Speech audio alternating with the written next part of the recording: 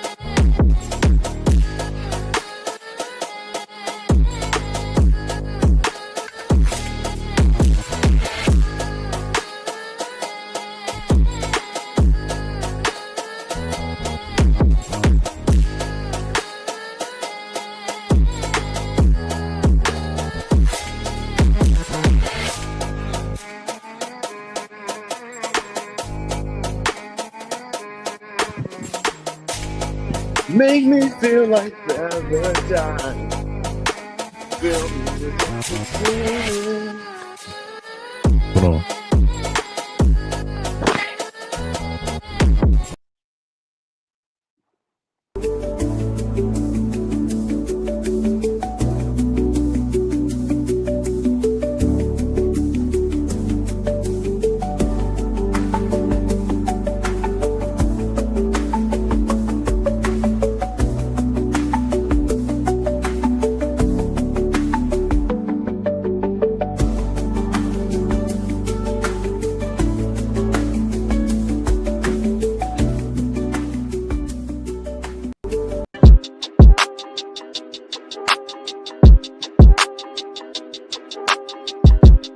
Woke it up, don't woke it up, don't woke it up, don't woke it, don't woke it up, don't woke it up, don't woke it up, don't woke it, don't woke it up, don't woke it up, don't woke it up, don't woke it. Don't woke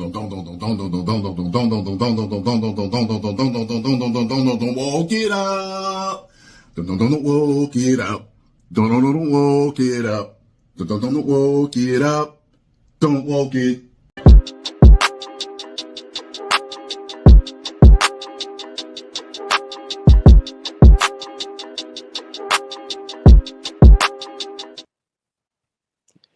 Make me feel like paradise. Give me what I'm missing. Yeah. Send me to the highest heights. Take me up and away. Ladies and gentlemen, welcome to the Wrestle Purist Raw Review. I'm your host, Evil Wrestle Purist, better known to many of you guys as Back of Hangman. And I'm joined as usual by my co-host, Rob, Sir Paragraph of Self-Made of the Island of Relevancy. And we're locked in, nigga. We're locked in. The New York Knicks, in case you missed it, the news broke while we were on the countdown. The New York Knicks have fired Tom Thibodeau. He has been compromised to a permanent end. It's over. Son, I'm sitting here and I'm playing the countdown, and I was just checking chat to make sure like the stream wasn't fucked up, like it was showing me on the screen, and all I see is Tibbs gone. So I was like, I went and checked Twitter because I was like, niggas probably just fucking with Ebu, like they just probably messing with Ebu. And he was like, no, Shams just tweeted, Tom Thibodeau has been relieved of his duties by the New York Knicks. Oh my God. Oh my God. What a day. My goodness. Listen, if you're just joining and you're joining for wrestling, we will discuss wrestling. But before we get into that, and we will talk about Raw, we will talk about the Money in the Bank go home, we will talk about Money in the Bank, we will talk about Worlds Collide, we will talk about all the possibilities going into Saturday, and the fact that we might have a new World Heavyweight Champion on Monday. I'm telling you, folks, there's a strong chance that we will have a new World Heavyweight Champion on Monday. We'll get into all the possibilities, what I know, what I've asked, what I've been told. But before we get into any of that shit, the New York Knicks have dismissed Tom Thibodeau. And here's the thing, folks. I'm a Knicks fan. I'm a native East Coaster. Knicks fan my whole life. I had an Allen Houston jersey. But Thibodeau has brought us to heights that we had not seen in decades. I appreciate how he turned around our culture. I respect what he has done for this team and this franchise. And he absolutely is a good basketball coach. He got so much out of this team that he maybe shouldn't have back in like 2021 when we had like Elfrid Payton in our starting lineup. I like Tibbs. It had gotten to a point where this glare is bothering the fuck out of me. Give me 1 second. Sure. It got to a point where to take us to the next level, we needed a different coach, a more creative coach, a more dynamic coach, a younger coach. His rotations, his usage, his lack of offense, the lack thereof of an offense, it wasn't going to take us to the next level. The New York Knicks, realistically, should have made the finals this season, given how the season was set up with the people. Hello?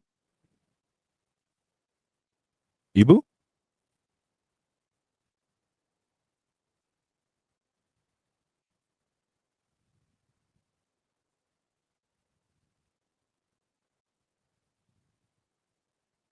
Oh, is it me? Oh, damn, we lost Ibu. I thought it was me. Oh, damn, we lost Ibu. Oh, okay. But yeah, no, the New York Knicks definitely should have made the finals this year. Ibu got a call, so he'll be right back. But he's not wrong. The New York Knicks should have made the finals this year, with the little rotations and the team that they had was built to make the finals. And the problem with this is, bro, is the fact that Tom Thibodeau's rotations. Jesus, Tom Thibodeau's rotations. Bro, it's oh my god. Yo, it was his rotations are so bad that last year, oh go ahead. Ibu's back. But his rotations were so bad, bro. Like the amount of minutes he played players was like insane. Ibu, hello? Yeah, I'm back. I got a phone call from somebody in pro wrestling. Hilariously, wrestlers are so funny. I'm like, hello. They're like, yo, Ibu, they fired Tibbs. I know, bro. It was like 15 minutes ago. I heard. I'm live on YouTube.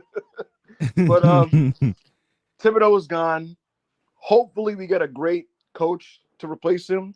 A coach that will get more out of Mikal Bridges offensively. A coach that will use Cat as the floor spacing big man that he needs to be. And a guy that will take the Knicks. Because here's the thing. This Knicks team has the talent to be a 60-win team. And they won 51 purely off talent. So it is what it is, man. They got rid of Tibbs. Now the next step is we have to make moves to either shore up our look at bench the chat. depth. Look at the chat. Look at the What chat. they saying? What they saying? What happened? What I mean? They said a certain nigga called you. I'm crying. I'm crying. No comment on that, but no comment. But yo, check this out though. Like, it's time to take the next step. It's time to take the next step. I dropped out the pod because I thought I was gonna get I thought I was getting news, Monty. I thought I was getting news. Nevertheless, it's time to take the next step. There's no Celtics next year to worry about. The Knicks need to take over the East. 55 wins or more. Let's get it. Let's get this shit going. So who do you think they hire? I'm not sure. Maybe they go for Mike Malone from Denver. We'll see. We'll see what they go with. No, Mike Malone is ours. That is the New Orleans Pelicans head coach. Nevertheless, no, oh my God, Hour said, I hope the Knicks hire Doc Rivers. Please stop it, please. Anyway, folks, let's go. This is the Raw review, folks, and I'm fired up. I got the battery in my goddamn back. Yeah. I'm ready to go. I'm feeling good. And I don't know about y'all. I enjoyed Monday Night Raw last night. We had some sick, dangerous alliance angles. A fun tag match in the middle of the show that unfortunately had a DQ. We had some good baby faces versus heel action on this show. Stephanie Vaquer made her main roster debut and knocked it out of the goddamn park. The crowd was loving her. People were throwing babies in the air and shaking ass. And we had Grande Americano qualify for Money in the Bank. Kairi Sane is under a winning streak for the first time in her second run in WWE. Son. So good for her. That's insane. That was insane to me last night. I was like, what? Kairi Sane is like winning matches consecutively. So good for Kairi.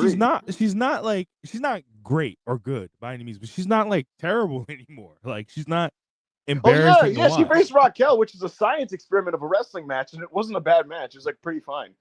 So we'll get into all that, folks. We'll get into Money in the Bank, the possibilities, the setup of the show, what I know about the show's background. If you guys missed it last night, I told the WrestlePierce Worldwide audience that I was informed that the head writer of Monday Night Raw at the moment is Ryan Ward. Ryan Ward, folks, was responsible for NXT in 2015 to 16, and then he got moved over to SmackDown when he did the draft. And he handled SmackDown Live from 2016 all the way up until about February of 2017. But right now, he's the head writer of Monday Night Raw.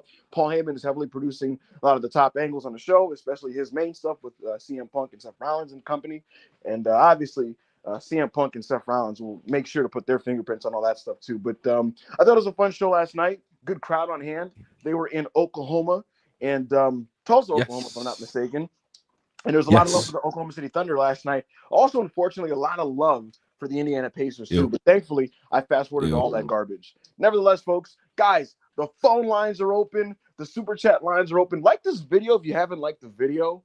Send us your super chats, man. I want to hear your feedback about whatever it is. You can't say the phone lines are open, bro. Niggas gonna get excited. You know, none of y'all we gonna get a link.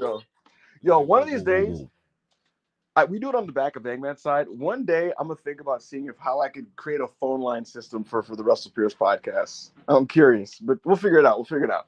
Nevertheless, folks, get your super chats in, man. I want to hear your opinions. Your opinions on Thibodeau getting fired. Your predictions for the NBA Finals. Your thoughts on Raw last night. Who you want to win Money in the Bank? Who do you think should win the Money in the Bank, folks? The women's lineup is stacked. They got Julia. They got Stephanie. They got Roxanne. They got Naomi. They got Alexa Bliss. Rhea Ripley. I mean, listen, a lot of talent to choose from. A lot of great girls. There's also one specific person that I think is the sentimental choice to make objectively. I'll break that down. I'll get into it. And then on the men's side, you got Grande Americano, Penta, Andrade, LA Knight. I'm forgetting somebody in Solo Sikoa. So Seth Rollins and Solo Sikoa. So we'll see who wins. We'll see what's going on there. And we'll get into what I've heard about. Nigga, I forgot Solo Sikoa made it in that bitch. Everybody did. Guys, get your super chats in. Give us your opinions. Ask your questions. And Rob, get into the first one. While you read that, I'm going to respond to this text message I'm getting from somebody. All right. Remember, guys, you leave the show with your super chats. Matthew Ham, $2. Have you heard when Roman returns? Can you hear me, Rob? Of us had. Yeah, I can hear you. What's up? So I asked about this. I literally asked 30 minutes ago. I asked somebody within the storyline that Roman will be involved in. When is Roman coming back? You know what I got told? I got hit with a shoulder shrug emoji. Yeah, let's go. Now, is that a shoot? I don't know. Is that a I am kayfabing you? I'm leaning towards the latter, Robert. I think this individual said, "Fuck you, Mark. You're using me. You are using me for your podcast, and I'm not ruining my angle on Saturday." Yeah. Which I respect. I respect that. I can get down with that. Okay, you know. But the Epic Department says, "Who you asking, boo?" Who knows? Who you asking, boo? Who knows? But Cole said, "Ebo off that pink dust, nigga." I'm feeling great today. I am feeling amazing. I'm gonna do a workout after this podcast. So yeah, man, I'm feeling great. So yeah, again, on Roman, I asked, "Hey man, is Roman coming back on Saturday? What's going on with Roman?" I got the shoulder shrug. I got the, "What do you think?" You know what I mean? So there you go. I think Roman potentially comes back on Saturday. We'll see. I got told he will be doing a pay-per-view before SummerSlam. And the only pay-per-view before SummerSlam is the Saudi show. So of course this nigga makes it back in time for yeah, yo, that nigga not you know Rome not gonna miss his Saudi show. That nigga said, "Nah, I'll be back, nigga. I'm getting that Arab money." So there you go. Yeah. Exactly. Yo, Moose said it exactly. He said we come back when the product is to our liking. That's a fact. Van Jiminator 199 RIP Tibbs. Nah, man. You can't say RIP Tibbs. He had them niggas on the floor limping around. Literally. Thank you for the super chat. Ryan Cicchini, $13.99 Canadian. Women's roster in a month should be in a nice spot. Julia Jordan solidifies SmackDown mid-card scene. Raw will have Lyra, Rox, Bailey, Becky, Charlotte in a non-title story. Even lower card has stuff going on. Bro, Ibu, so you seen that clip from SmackDown? Because I know you didn't watch SmackDown. SmackDown's horrible. But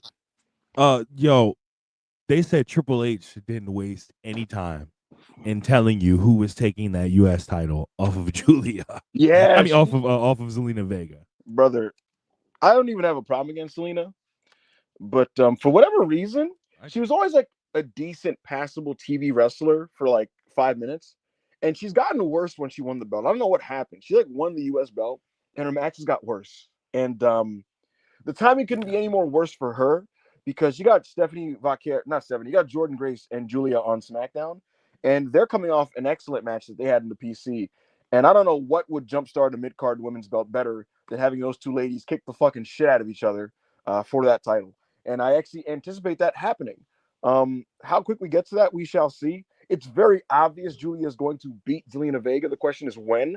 But with SummerSlam being a 2-night event, I mean, that'd be a great opportunity, if you ask me, to get that matchup on one of those 2 nights of SummerSlam. Julia, yes. Jordan Grace, U.S. title. Does Hunter do Yes. that? Who knows? Because these motherfuckers are skimping out on these fucking pay-per-views now. And they might do 2 nights, fucking 4 matches. That's how fucking weird these motherfuckers are. Son, yo, 2 nights, 4 matches would be legit like terrorism. That would be legit terrorism. It would be terrorism, but I could see them do it 2 nights, 4 matches each, 17,000 musical performances and ads and fucking like cameos from celebrities and shit. I could see that type of terrorism, but when is Evolution, Ibu? I'm not sure, but I doubt. I know it's in July. It's in July. I know that. Listen, let's look this up. Evolution 2. Bro, I typed this shit in and fucking Jurassic World pops up. What the fuck? WWE. Let's go. July 13th. So that's in 40 days. Paul Levesque's storytelling is very, very slow paced, Rob. It's very slow paced. Do I buy that Hunter in 5 weeks will get the belt off Zelina and set up a Julia versus Jordan match? I mean, it's easily possible. It's fucking doable as fuck. But will he do it? I don't know. I could see Julia qualifying for that maybe this week or next week, and then she gets the belt off and he immediately shoot the angle. But we'll see. We shall see. That'd be a great match for that show, though. Yeah. Not Josh Toffee, $4.99. I love Ron Killings, but we want truth chance during both Money in the Bank qualifiers was crazy. But you know what? What the hell? You know what? Hell yeah. You know what? The thing is, Ibu, this last night to me was perplexing, Ibu. Have we, since CM Punk, have we ever got somebody that was fired that like they kept chanting their name? I mean, like, it wasn't a faint chant. It wasn't like a low chant that you kind of didn't hear that got drowned out or booed out of the building. Have we heard a chant this loud for somebody that got fired since CM Punk? No. In wrestling. And I said this yesterday. R-Truth being the straw that breaks the camel's back of the WWE audience and causes them to like launch fan rebellion is insane to me. Like, it's not, all the people that got like unceremoniously fired from their contracts that still have like time left. It wasn't those people. It wasn't like, all the actual awful business practices. It wasn't literally like the sex trafficking lawsuit from last year. It wasn't all the litany of awful things that have happened in history. It's fucking R-Truth not getting renewed and his deal like expiring. That's quite literally the most ethical dismissal you can give an employee of a wrestling promotion is, hey, your deal's expiring. We will not give you a new one. Like, obviously that sucks. And I totally understand people being upset and disappointed about it. R-Truth is a mainstay in the company. And a lot of people think his act is funny.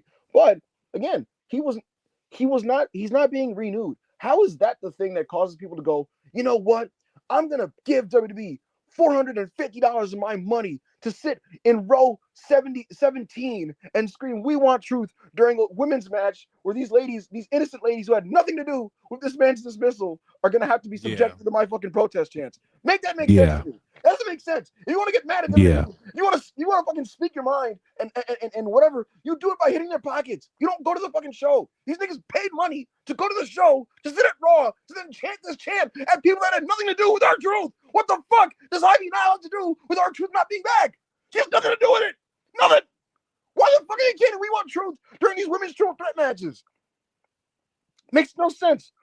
It makes no sense. You want to do a protest chant. The only good, sensible protest chants are when the thing that they're seeing right before their eyes sucks and they're chanting that it sucks. That's you telling the company this. Oh yeah, like when they chant for Cena over Cody when they're in the same ring. That's what I'm saying. Whatever. Yeah, so like, bro, that makes sense. Yo, this sucks. I hate this. WWE, fuck you. This sucks, right? Make it make sense to pay WWE $500 of your money to sit in the stink seats to then scream, "We want truth" during a match with people that had nothing to do with R-Truth not getting a new contract. You want to do that shit? Do it when Paul Levesque comes out to fucking Aura Farm at the beginning of a pay-per-view. Maybe that makes sense. He comes out, and he's fucking, "Are you ready?" You can say, "Suck my dick, bald man." You know what I mean? And then you say what you got to say. It makes no sense to do it to fucking Stephanie Valkyrie. She don't know what the fuck is going on. She looked up like, "What, y'all want me to do the ass move again? Like, what's going on?" Israel, they did. They did. We don't talk about that. We don't talk about that. CM Punk, Gable, and AJ did like a triple down. Like they all went down in the ring to let the crowd rest. And when the crowd was resting, all you heard was, We want truth. Because these We people are want remedial. truth. They're remedial. What the fuck does that Yeah. do? This is not going to bring back our truth. Why is this what's causing the fucking rebellion? Yo, Bro, oh like, my, what yo, the fuck? chat. I was annoyed when they did it during the women's match, but when they did it Bro. during Punk's match, oh, Rob, make this make sense. They fired like 40 people in a pandemic when there was nowhere else to work. And niggas were like, I loves me some WWEs. son, Like, what the WWE fuck? fans. Vince McMahon got bowed. Bro, wait. They fired like 50 niggas in the pandemic. And the second Vince came back out from the first post-pandemic SmackDown, he comes out, right? No chance. Oh, that's what you got. And he was like, where the hell have you been? And they're bowing to this nigga. They're bowing to this old fucking freak. This old fucking weirdo sex trafficking freak. Bowing to this nigga, right? There was no like workers' rights chance or nothing like that. None of that shit.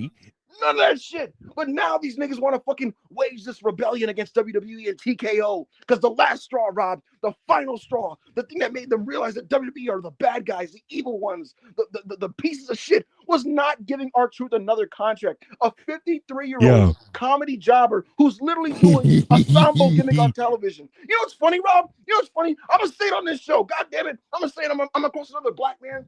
Bro, I saw a guy say, you fired R-Truth, but you want to push a racist gimmick like Grande Americano. Okay, listen, if you feel like Grande Americano is distasteful, you are entitled to feel that way, right? But framing Grande Americano as the racist gimmick in comparison to R-Truth is crazy. Yeah. Do you watch R-Truth? All he does is jig. He comes out and he fucking does his starts jigging and dancing and shit. That's all he did. That's all he did for like 10 years. Nigga, he put a ladder out in a Rumble match. In a Rumble match, the joke is that he's remedial. He's basically a crackhead. Oh, Do you you're remember? so mad, nigga. Oh, Bro, do you remember Little Jimmy, Rob? He literally talked to himself. Oh my God, Little Jimmy was so fine. He just talked to himself. He was literally like the crackhead you see on your block. That was the joke. Son, he was legit running around backstage talking to a little nigga that wasn't R-Truth there. is literally one of the most racist characters in the history of pro wrestling. Son, he went, yo. They had, bro, do you remember when they did the tough, I don't think you were watching. They did a tough enough, the tough enough ending or whatever the fuck that was, where the dude won the tough enough, and then they were in Richmond, Virginia, and R-Truth came out in a Confederate outfit and was marching in a Confederate outfit. Nice. He had an invisible friend named Little Jimmy, and they would have segments where you're backstage, and he's just like, I don't know what's going on. You tell me. Nah, this is crazy, Jimmy. And he's not talking to anybody. And he's a grown man. He's like 43 doing this gimmick. And everyone's like, oh, that R-Truth. What the fuck? I don't know about me. I said this yesterday. Win that match. He said I was gonna win that match and I was gonna win it for Little Jimmy. And that's how everybody ate it up. Everybody thought R-Truth was so funny when he came out in the Rumble and pulled out a ladder. You know, when he's fucking when he just interrupted random shit that he had nothing to do with. When he thought he was in like the women's division at one time. You know, like that it was all funny.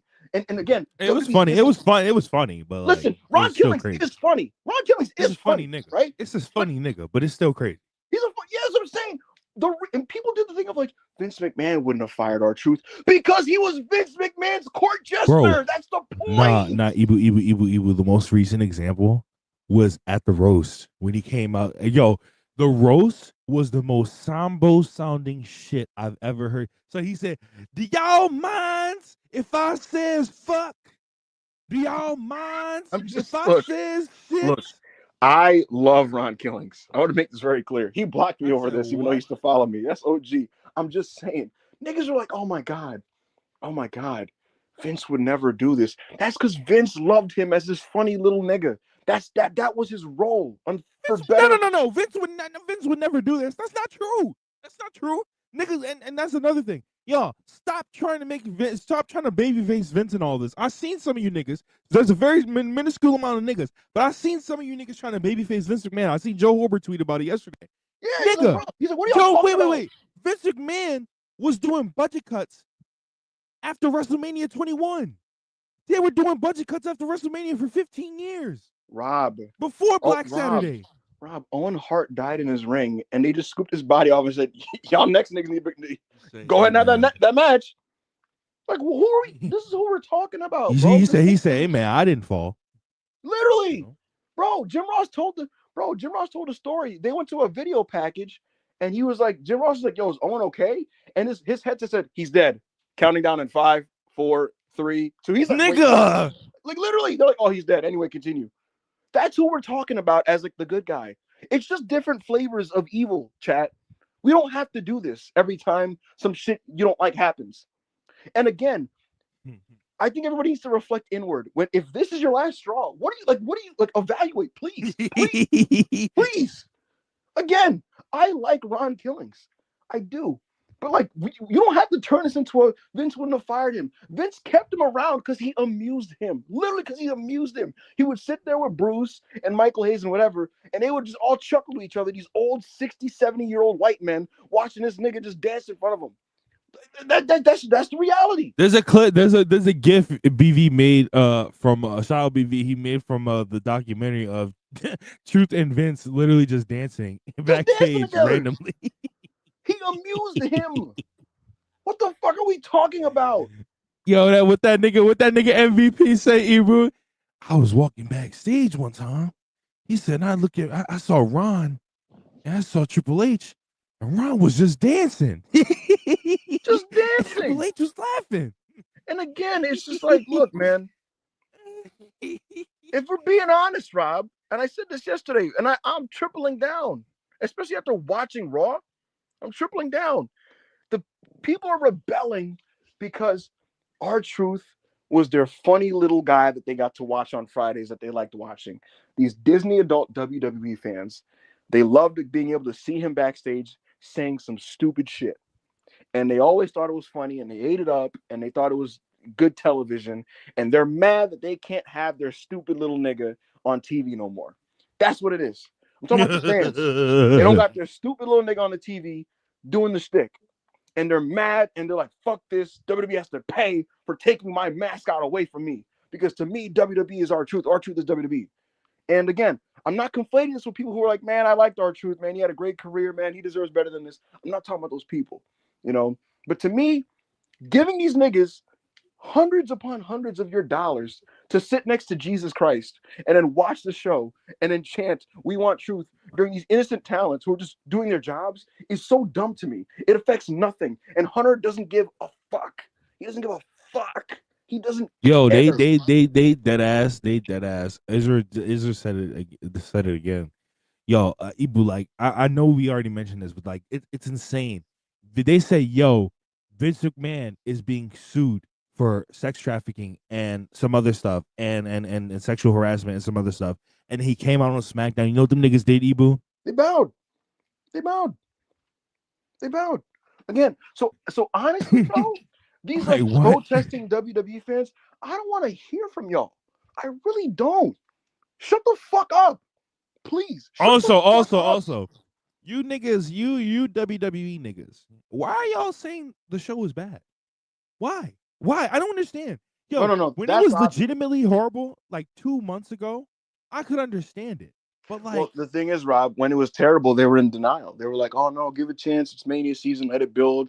Give it a chance. There's still so much time to Mania. It's gonna pay off. It's gonna cook. Blah blah blah blah blah." And then come Mania season, John Cena doesn't show. The Rock doesn't show up. The main event with Cena and Cody was not a good match. Fucking Travis Scott is a big part of the main event, and John Cena's retirement tour is awful.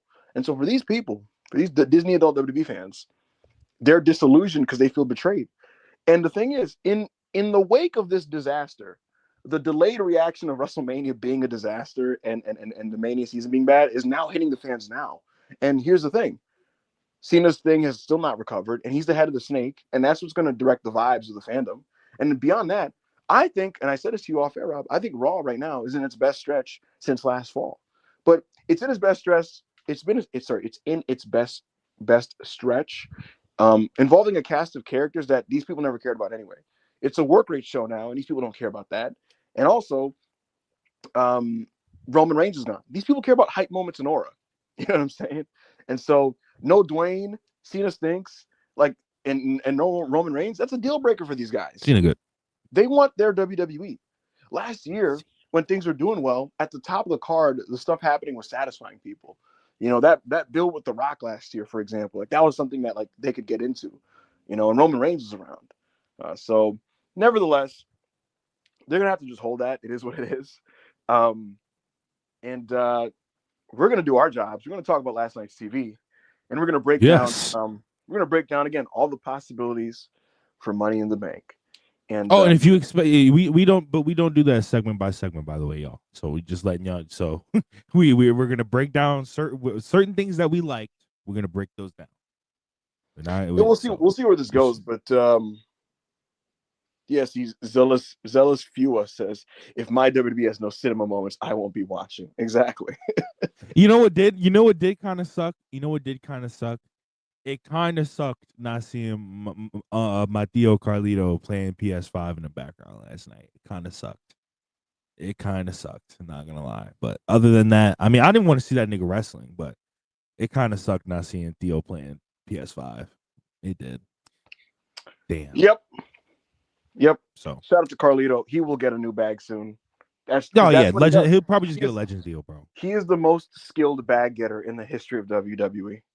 Well, there's a couple other ones, but he will find a way to get paid again. That nigga said, "Oh, y'all not bringing me back? All right, bet.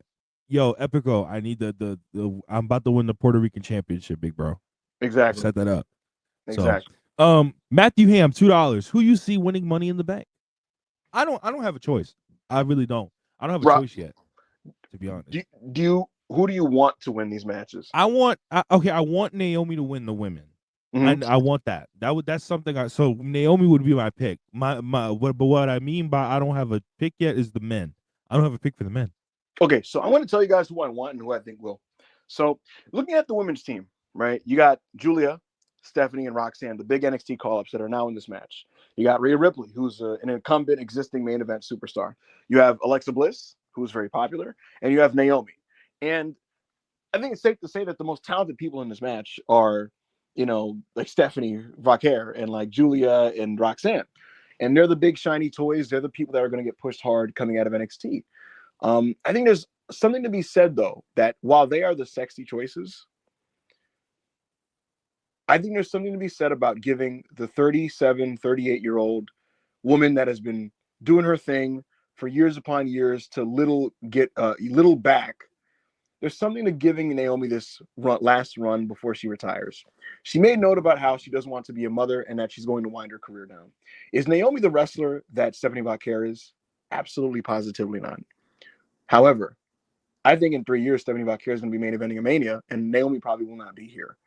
And I know that you shouldn't book wrestling like that all the time. It shouldn't be just like charity or whatever, or vibes, or just be doing feel-good stuff. But I do think it's nice sometimes to do nice things for people.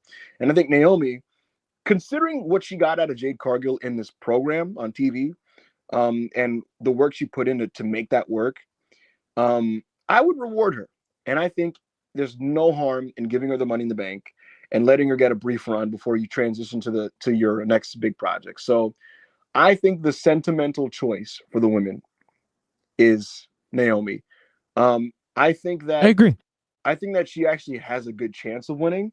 I think if it's not her, it could be Roxanne, because they're doing the thing where Roxanne has tension with Liv Morgan, because Finn Balor has brought her into the Judgment Day specifically to fuck with Liv Morgan and fuck with Dominic, who he has a problem with, obviously. And so could I see Roxanne winning that briefcase and it causing more Judgment Day tension and they could do more skits? Yes, I could see that happening. I think that's possible. I think it's possible. And then the other one that's possible, because there's three plausible winners in this match. The other plausible one is Rhea Ripley, which a lot of people don't want to hear, and I would not choose it either. And I like Rhea, but I wouldn't choose it. Rhea Ripley could win this match and quite simply just say, Io Sky, me and you one more time at SummerSlam or whatever the fuck. Very possible. Is that what I would do? No, because Rhea Ripley doesn't need Money in the Bank. But it is the third most likely option in my opinion. I'm going to rank it at, I think it's Naomi, then Roxy, then Rhea. Alexa Bliss has no chance of winning this briefcase. Julia has slim to no chance of winning this briefcase. She will be winning the U.S. title. It's a matter of when, not if. And then the last Yes. person is Stephanie, Stephanie is gonna win everything in this fucking promotion. So you don't have to worry about that. I don't think this is the match where it happens, though. I think she's just gonna do some cool stuff and look good doing it, and the people are gonna cheer for her. So 3 plausible winners. I just gave you the plausible winners right there. Let's look at the men, Rob. We got LA Knight, Seth Rollins, Solo Sikoa, Grande Americano, Andrade, and I'm forgetting somebody again. LA Knight, Solo, Grande, Andrade, Seth Rollins. Who am I forgetting? Who am I forgetting? You're forgetting somebody. Who am I forgetting? Anyways. Who are you forgetting? Anyways. You said Grande, right? Penta. There we go. Penta. Oh, Penta. Yeah. Penta's not winning this match, Rob. He's not winning this match. Shouldn't. He's in this match to Aura Farm and do Canadian Destroyers. And he may do a package pile driver, do a ladder. He's here to Aura Farm. And he'll do a good job. Andrade has 0 chance of winning this match.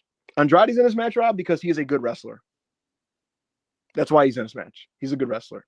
And I have a conspiracy theory, which I'll get into right now. So go ahead.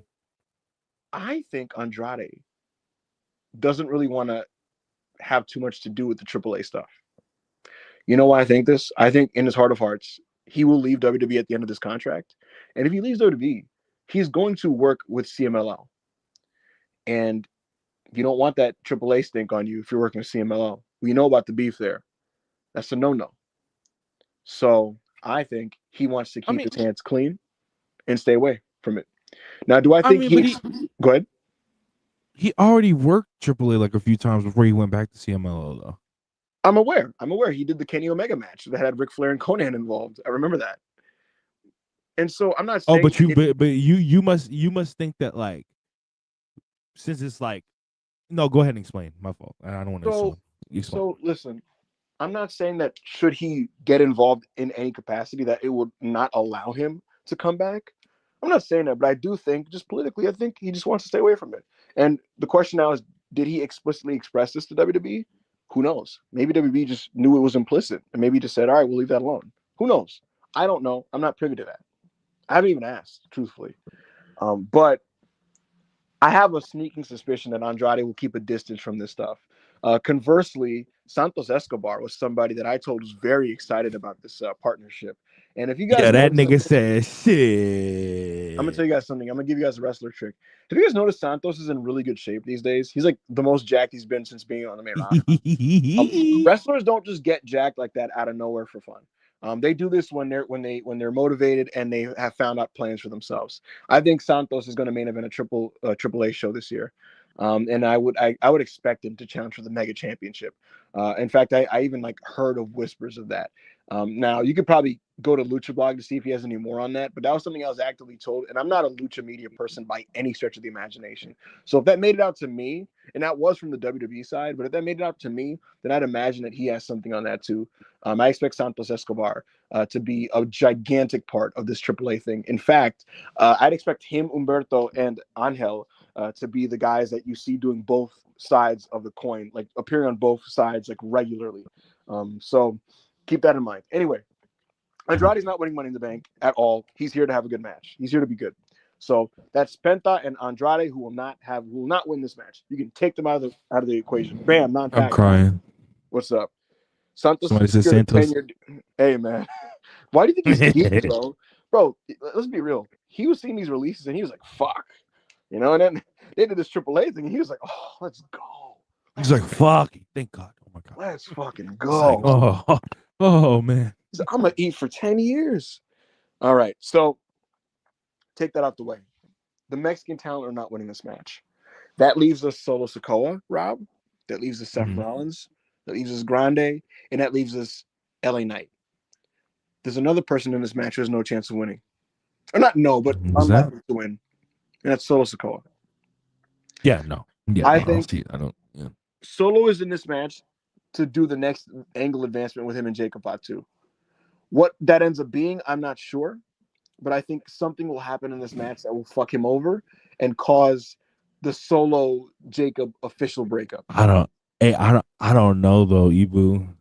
I don't know though. I'm not putting it out there in the universe, but I'm just saying, yo, these last few Money in the Banks they've been doing, man.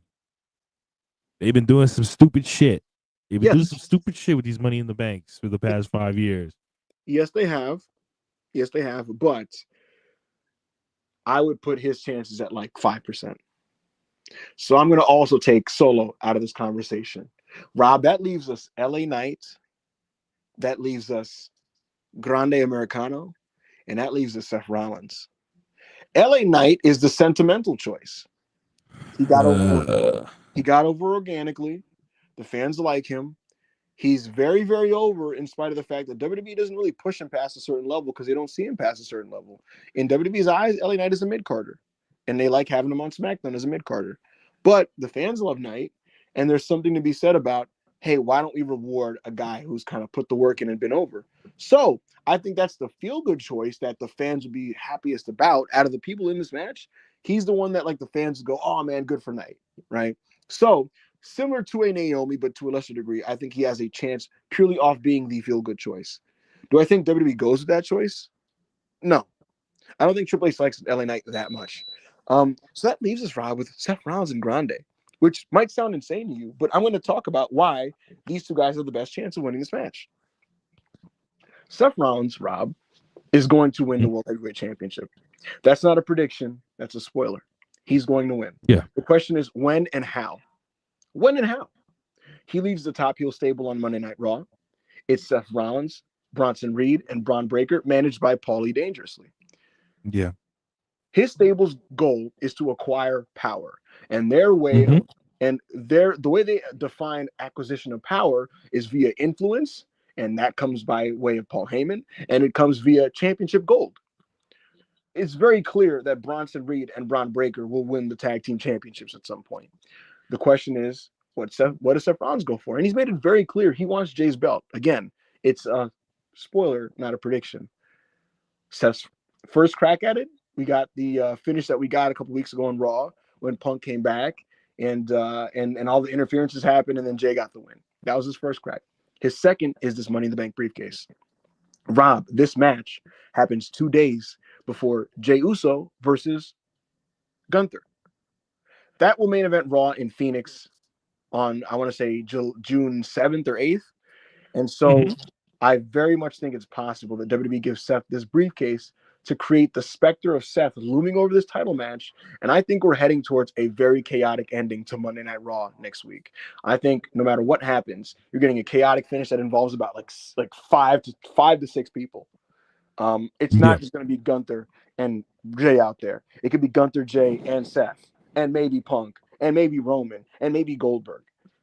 So there are a lot of moving pieces there. And again, Seth is going to win this title. The question is how and when. But with that said, Rob, the person heading that storyline is Paul Heyman. And the thing about Paul is he does sometimes like to throw monkey wrenches in and throw people off. And what do I mean by that? That's always been his MO historically, Rob. When Mike Awesome left ECW,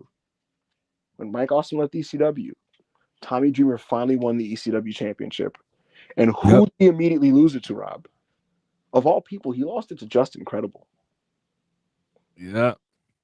Brock Lesnar at Survivor Series 2002, the next big thing, the man that smoked The Undertaker a month ago, the guy that sent The Rock to Hollywood.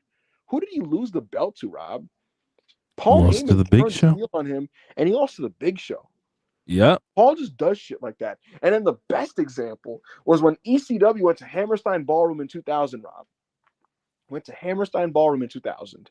And the match they'd been building for months was Rhino versus Rob Van Dam for the television championship. Once RVD got healthy, that's our match, right? That's what we've been setting up. That's what we've been building to. But Paul Heyman said, I'm going to throw a fucking monkey wrench in this thing. And if you remember, we had that angle where Paul Heyman and Don Callis were going at it. And then the whole Rhino scores Paul Heyman. And then the whole roster clears out. And there's all this chaos and insanity. And Sandman's there. And this guy's there. And Rob Van Dam is there doing coast to coast. And they're all this craziness. And in the middle of all this these psychotic scenes, Rob, all you hear is bow with the bong, dang, dang, chicky, dicky, Yeah.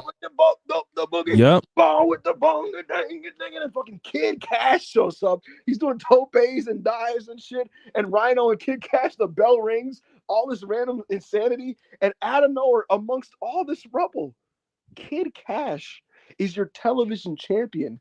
And it took Yep. Cash to the next level. A guy who was super talented was now elevated in one night as a player in ECW. My point is, Paul Lee, it's always been a part of him to just kind of say in a meeting, what if we zig when they think we're going to zag? So I would not put it past him that he or somebody there says, let's zig. Let's give it to Chad Gable. I think Chad Gable has the highest chance of winning Money in the Bank. I firmly believe this, Rob. I think the question isn't whether he's going to win it. I think the question is, who is he cashing it in on? Because he could easily, because here's what I think is going to happen. I think Chad Gable will lose to Vikingo at Worlds Collide. Vikingo's going to get the first establishing win on behalf of AAA in the main event of their first crossover show. That's the establishing win that establishes Vikingo as a viable top guy in their company. Yes. He will retain the Mega Championship. But I think it's very possible that Grande Americano wins that briefcase, Rob, and he cashes in on Vikingo. I think it's very possible that at Triple Mania Regia, I don't know how to pronounce that word, that he shows up, makes his presence felt, teases a cash in, or outright does it on that show. I think it's very possible.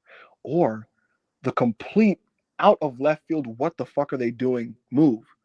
Chad wins this as Grande and reveals himself as Chad Gable and cashes in. I was about to say, Uso. I was thinking about this earlier today. Go ahead. And I said, and cashes in on Jey Uso. And you have a scene where Seth, CM Punk, Roman Reigns, Jey Uso, Sami Zayn, and Gunther are all looking up in complete befuddlement. Like, what? As Chad Gable is holding up the world title. People probably think I'm smoking angel dust. I am not. I'm not. Sincerely. Listen, no, because you know why? You know why you're not crazy, Ibu? You know why you're not crazy? Because you are a student of Paul Heyman's, well, not direct student, but you are a student and you study Paul Heyman's booking. I've watched this man's creative for 23 years. Son, when y'all go back and like actually watch ECW, like for what ECW was, this is how he books. He'll set up these long-term story arcs, right? He'll set up like the logical directions, and I'm not gonna say he won't pay them off, but when you are following the line that he set, halfway through he'll just throw you off the fucking railing for like just to fuck with you, and then do some other thing like a diversion, and you're like, what?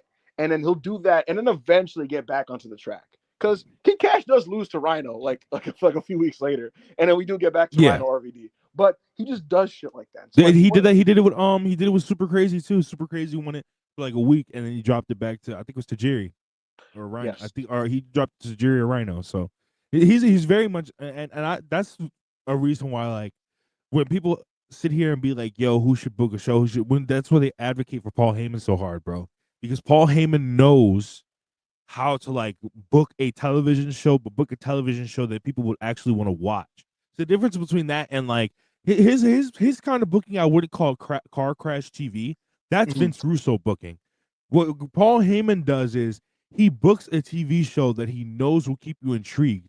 Hardcore TV wasn't a wrestling show where it was just like your standard wrestling show where they do matches and do interviews and stuff like that. It would be an interview, then it would be an ECW fan cam of fucking super crazy and like Tajiri from a house show in Minnesota, and then it was so like Paul Heyman's like booking expertise, bro. I cannot wait to see what he cooks up with this storyline, and I'm hoping now, Ibu, you have convinced me. You have convinced me to join the Chad Gable show in. So here's the thing. Here I got told one thing about all of this. I don't know who's winning this match. I asked. I can double check. But one thing I did get told that was just fascinating to me was I was like, so is AJ a part of this like this thing that you guys are doing now? The answer was yes. Mhm. That was obvious. We saw that on the show. He had an interaction with Paul Heyman, and then at the end of the night, This really is the Avengers. they got involved in AJ Styles' business. But the other thing that I was like surprised to hear was not just him. Chad will be a part of this now too. And I was like, what? Yo, that's fire. So that's interesting. And I haven't figured out how and in what way, but that was told to me. So we shall see. We shall see. Do you think? I don't think. Because I don't see Gable joining. American Made has been a huge failure. At least in my opinion, it's been a huge failure. American Made has been a huge fucking Can I be honest failure. with you, Rob? What? Ivy's not even the most disappointing person in that group. I've been happy Who with Ivy. is it, Ibu? Who is it, Ibu? There's a certain What's big his boy in name, that group. Ibu? There's a certain big boy in that group that I'm very disappointed in. I mean, and it's disappointing, bro, because he does flips and he does 450s and he does moonsaults, but it's just like, fuck. There's two brothers and a certain larger one that just I don't know what's going on. I don't know. But I say all that to say, if they just said fuck that whole thing, and Chad was just his own man doing his thing, and was a big fixture, I'm not complaining at this point. Yeah, I wouldn't. I was gonna mention the creeds, but then it's just like, son, American Made, like as a whole. Bro, I said this, bro. I said this when they were doing the shit that shit was gonna cause the Wyatt Six shit was gonna cause that whole thing to be the American Made, the creeds, was gonna all cause it to be a failure. And I got quote tweets telling me I didn't like fun. I got quote tweets telling me I'm disrespectful. I didn't. And what happened? American Made was a fucking failure. They should have been the next team. They should have been Team Angle done right. And instead, now look at them.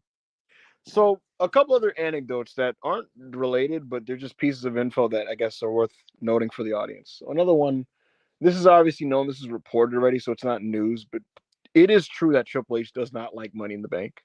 He doesn't like the concept, and he apparently never liked it. So there you go with that. The other one, this one I didn't love. To be honest, I did not love this piece of information. It's not imminent or immediate, but it is like a long-term thing. I was told that the long-term plan for Gunther is to make him an honorable heel. An honorable babyface. Not one that will run out and team up with CM Punk or Sami Zayn or be friends with Jey Uso, but a guy who has his own morals and his own standards and his own beliefs in pro wrestling, and he fights on behalf of them. And when he feels just and right, he will emerge to handle the people that he feels are sullying the sport of professional wrestling. Which there's nothing wrong with that character at all. I can't lie, but bro. so there's nothing wrong with that. It's just I like Gunther being the bad guy. I just like him as a bad guy. You know what I mean? Like, so to me, it's just like, damn, I'm not like WWE needs more bad guys, not more good guys. They have a bunch of bases. You know what I'm saying? So like, I don't know, man. But my thing is just, I like what. Never mind. Yeah, Triple H. Never mind, bro. You got it, bro. Yeah, whatever. I don't know. No, Whatever. That's not imminent. But they said that's the long-term plan for Gunther. Dylan's a cool heel. No, he won't. He'll just be like, the way they described it to me was just kind of like, he just calls it how he sees it, like down the middle. Bro, but I can't. My thing with Gunther is, bro, I don't see Gunther as anything else but an asshole. Yes. He's just the whole Gunther character is just, I am an asshole that didn't grow up poor. I grew up pretty well off, pretty not upper class, but pretty middle class, pretty well off, right? I didn't have to do wrestling. I was excelling in many other things. I did wrestling because I knew it was a sport I could dominate in. And he's been 80%, 90% of his whole thing is 90% of the time I've been in WWE, I've been a champion. And then when he's a champion, he's an asshole. So like, why? I don't see him as being anything but an asshole. I asked a certain camp what he knew about like Gunther's usage in the coming weeks, and he said that like recently in a conversation, like they were just kind of tossing out like characters on Raw, like how would they react to situation A, B, and C. And when Gunther came up like a week ago, it was basically just, this is none of Gunther's business. He doesn't give a fuck what Seth wants to do. And if Seth is in his way, he's going to smoke him. But also, if CM Punk is in his way, he's going to smoke him. So basically saying like, he's still his own man. He does his own thing, right? Like right now, right? And I was saying like, what about long-term? And all this this camp could tell me was essentially just, he was like, as far as I know, dude, he's in his own faction. Like he's in his own island, basically. He's not on anybody's side. So that's fine for the immediate. The idea that like deep down they want to make him a good guy. I don't know. I just don't. Again, it's not about like that being a bad role. It's just he's so good at his current one. So there you go. Alrighty. Thank you for that. That whole super chat. We spent like a good minute on that super chat. But Yeah. It was a good discussion. Ish, $10. Empire Strikes Back next week. Can you elaborate more on that biggest bro? You kind of just did. And what do you mean by that? Yeah, you kind of just elaborated on it. So yeah, I think the status quo of Raw is being shifted next week. The question is in what direction. Again, part of why I think Chad has a better chance than Seth is that I think Roman's coming back at Money in the Bank. So unless they drop the graphic for Punk and Sammy versus the Bronsons, because then you could just do a situation where Roman comes back in that match. Yeah. But we'll see. It depends what the match order is, and it depends on what they do. I'd love them to drop that graphic, but WWE is psychotic, and they might really just do a 4-match pay-per-view, which is insane to me. Like that's fucking insane. Yeah, that would be disgusting. That would be like 4-match pay-per-views are such bullshit. They're such bullshit. It's so annoying. Like, yeah. But bro, because you stretch the pay-per-view out to 3.5 hours, so it's like 90. We already know 75% is going to be fucking ads. Mr. Halliburton, $5. It's been 51 years, Ibu. Let it go. Right. Man, that's crazy. Damn. Nate, 355, 199. Right move. Tibbs got out coached in rounds 1 and 3. Yes. Yeah. Russell Hook, $4.99. Donation for the Knicks to hire Monty Williams. Go Birds, XTL, $4.99. What percentage would you put Seth, Jay, and Gunther leaving with the title next week? Also, do you think they add a 5th match? I do think they do, but my faith in it being the Punk tag that I want is like diminishing by the hour. I have a weird feeling they might do something with the SmackDown tag division. Like Friday might come and they might add something there. But the question is like, ideally you'd want that to be Profits and Fraxium, Rob. And like they might be like, oh, some Wyatt multi-man thing. But I don't know. Now they're adding the fucking Wyatts into the tag team division. The timing is, unless Nick says, listen, no, you guys are gonna have your match with no interruptions, no interferences. Like, look, if they did just let the Profits and Fraxium have like an awesome 16-minute match, no, what's the word? No opposition. No bullshit. No bullshit. No outside interferences. Just them straight up one-on-one. I mean, that'd be nice. We'll see. Maybe they do just have the audacity to do 4 matches on this show. But the thing is, when they do 4 matches, it's usually because 2 of the matches are like those long stip matches. Like Rumble is a 4-match show because the Rumbles are an hour. You know, Elimination Chambers are a 4-match show because those matches like are over 35 minutes. But Money in the Bank matches aren't that long. They're like in the 20s usually. They're like 15, bro. Last year's was like 15. They're not that long, and they don't need to be that long. So what are you filling with this fucking time? You know, so surely I do think they're adding a 5th match. We shall see what it is. All right. Just Will, $4.99. That man, that main event, man, seeing my 2 goats in the ring together after all these years meant a lot to me. But I still need that 1v1 though before AJ leaves. For those of you in Styles Watch, I'll tell you this. I do think that AJ is now in direct opposition to this unit, considering one of the people in this unit is Braun Breaker. And Braun Breaker, Rob, they set up something with him and AJ earlier that they ended up dropping, but they could just revive the plan now that AJ is firmly a face and Braun's a heel. And if you remember, Rob, who was Braun Breaker working with last year that had an expiring contract? Ricochet. What happened to Ricochet when Braun Breaker took him on? Well, let's just say, yo, he murdered that nigga, bro. It was Yes, he really did. bad. And I'll tell you this, man. I'm pro writing off someone in wrestling by killing them, because in wrestling is a medium that never stops, and there's never any finality with anything because people are always going to be there. You cannot kill characters off. But when they leave the territory, that is the unique opportunity that gets presented where you can finally just get heat on somebody. That's why when people were criticizing that, I was like, what the fuck is wrong with you fucking like limp-dicked idiots, you know? But in this case, I think that the Seth Rollins group is going to need to collect some scalps, Rob. They're going to need to catch some bodies, you know? And so you can't write off Sami Zayn over and over again or CM Punk, they're top guys. But if AJ is leaving, and I don't know if he is. I'm leaning towards he's staying, but if he is leaving, this would be a great chance to have Braun Breaker and AJ Styles in WWE. Yeah, no, it's very, very confusing, bro, because AJ's booking. I like to think like WWE does the thing that AEW does now, or that they used to do, where like if they were like you were leaving, they weren't just gonna use you. But seeing as how they did what they did with Ricochet last year, that kind of changed my mind on the AJ thing. And it's I don't know. We'll see. Yayo Trejo $2. Why wasn't Andrade Phoenix's first program? I don't know. He was supposed to be. I don't know. Epic Department 19 $4.99. Hoping Kairi continues knocking off the in-ring rust. Wonder where this is going. Maybe an EO program. They're gonna have a tag with Liv and Raquel on TV in a couple weeks. But it would be interesting to see them have a singles match on TV.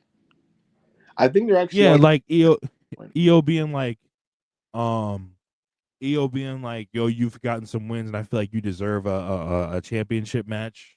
Mm-hmm. You know what I mean? Mm-hmm. Sort of thing, like a mutual respect kind of thing. It would not surprise me. I could see that happening on TV. All right. See the Scaleless, $1.99. Steph is gonna be real level or over in under a month, bro. Ibu, did you hear that pop when they were on screen together last night, bro? Yeah. The pop when she came out. This is like, the most over NXT call up in a long time. She's like, if they fumble her, like that would mean like they were really, really incompetent in how they handled this. I think it's like a hard one to fuck up, truthfully. So I think Stephanie's going to do really, really, really well on the main roster, and she's already super fucking over. And I already tweeted it. I think she's going to be another Rhea Ripley for them in terms of just like super over lady on the show.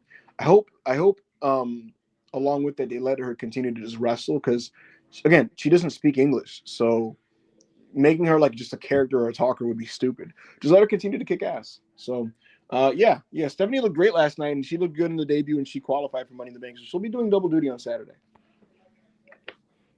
All right. Thank you for the super chat. Ish $9.99. I also have to say Andrade, baby. We back at El Idolo FC. El Idolo FC. Excuse me. I don't know why I said it like that. I love Andrade. But yeah, man. I didn't know. I didn't think he was gonna make the. I didn't think he was gonna make it to the Money in the Bank match. I really didn't. You forget that El Idolo was the beast. I love Andrade. I think he's quietly one of the best talents that doesn't get pushed hard in the entire world. And fixing my camera. I'll always enjoy Andrade, and I think he rules. And he's gonna leave WWE, and it's gonna be really funny. And he's gonna come. What I love about Andrade is like he just kind of just goes with the flow and goes where the wind blows, and he can't stay in one place ever. And long may that continue. All right. Braun and Black Yakuza 94 $5.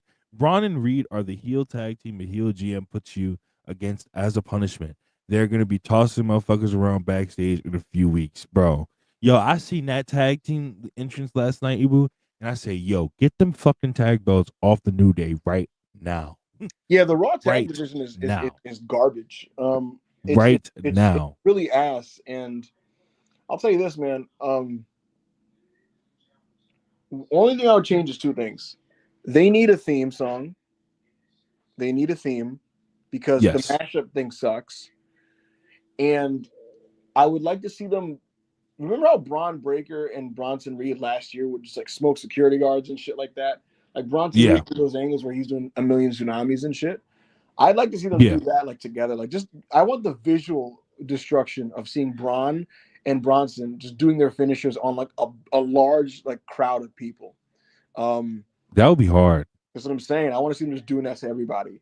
But yeah, they're demons. I'm a big fan of the group already. This is what Ricky Choshu dreamt of, Rob, when he gave his vision of pro wrestling. Ricky Choshu, Rob, was the head booker of New Japan in the 1990s, and it was under Ricky Yes. Choshu, Rob, that Scott Norton, Bam Bam Bigelow, and Vader were pushed hard at the top of the 90s, and they were the Gaijins that entered the first G1 in 1991. 1991 is also the year that we got the program between the Steiner brothers and Hiroshi Hase and Kensuke Sasaki.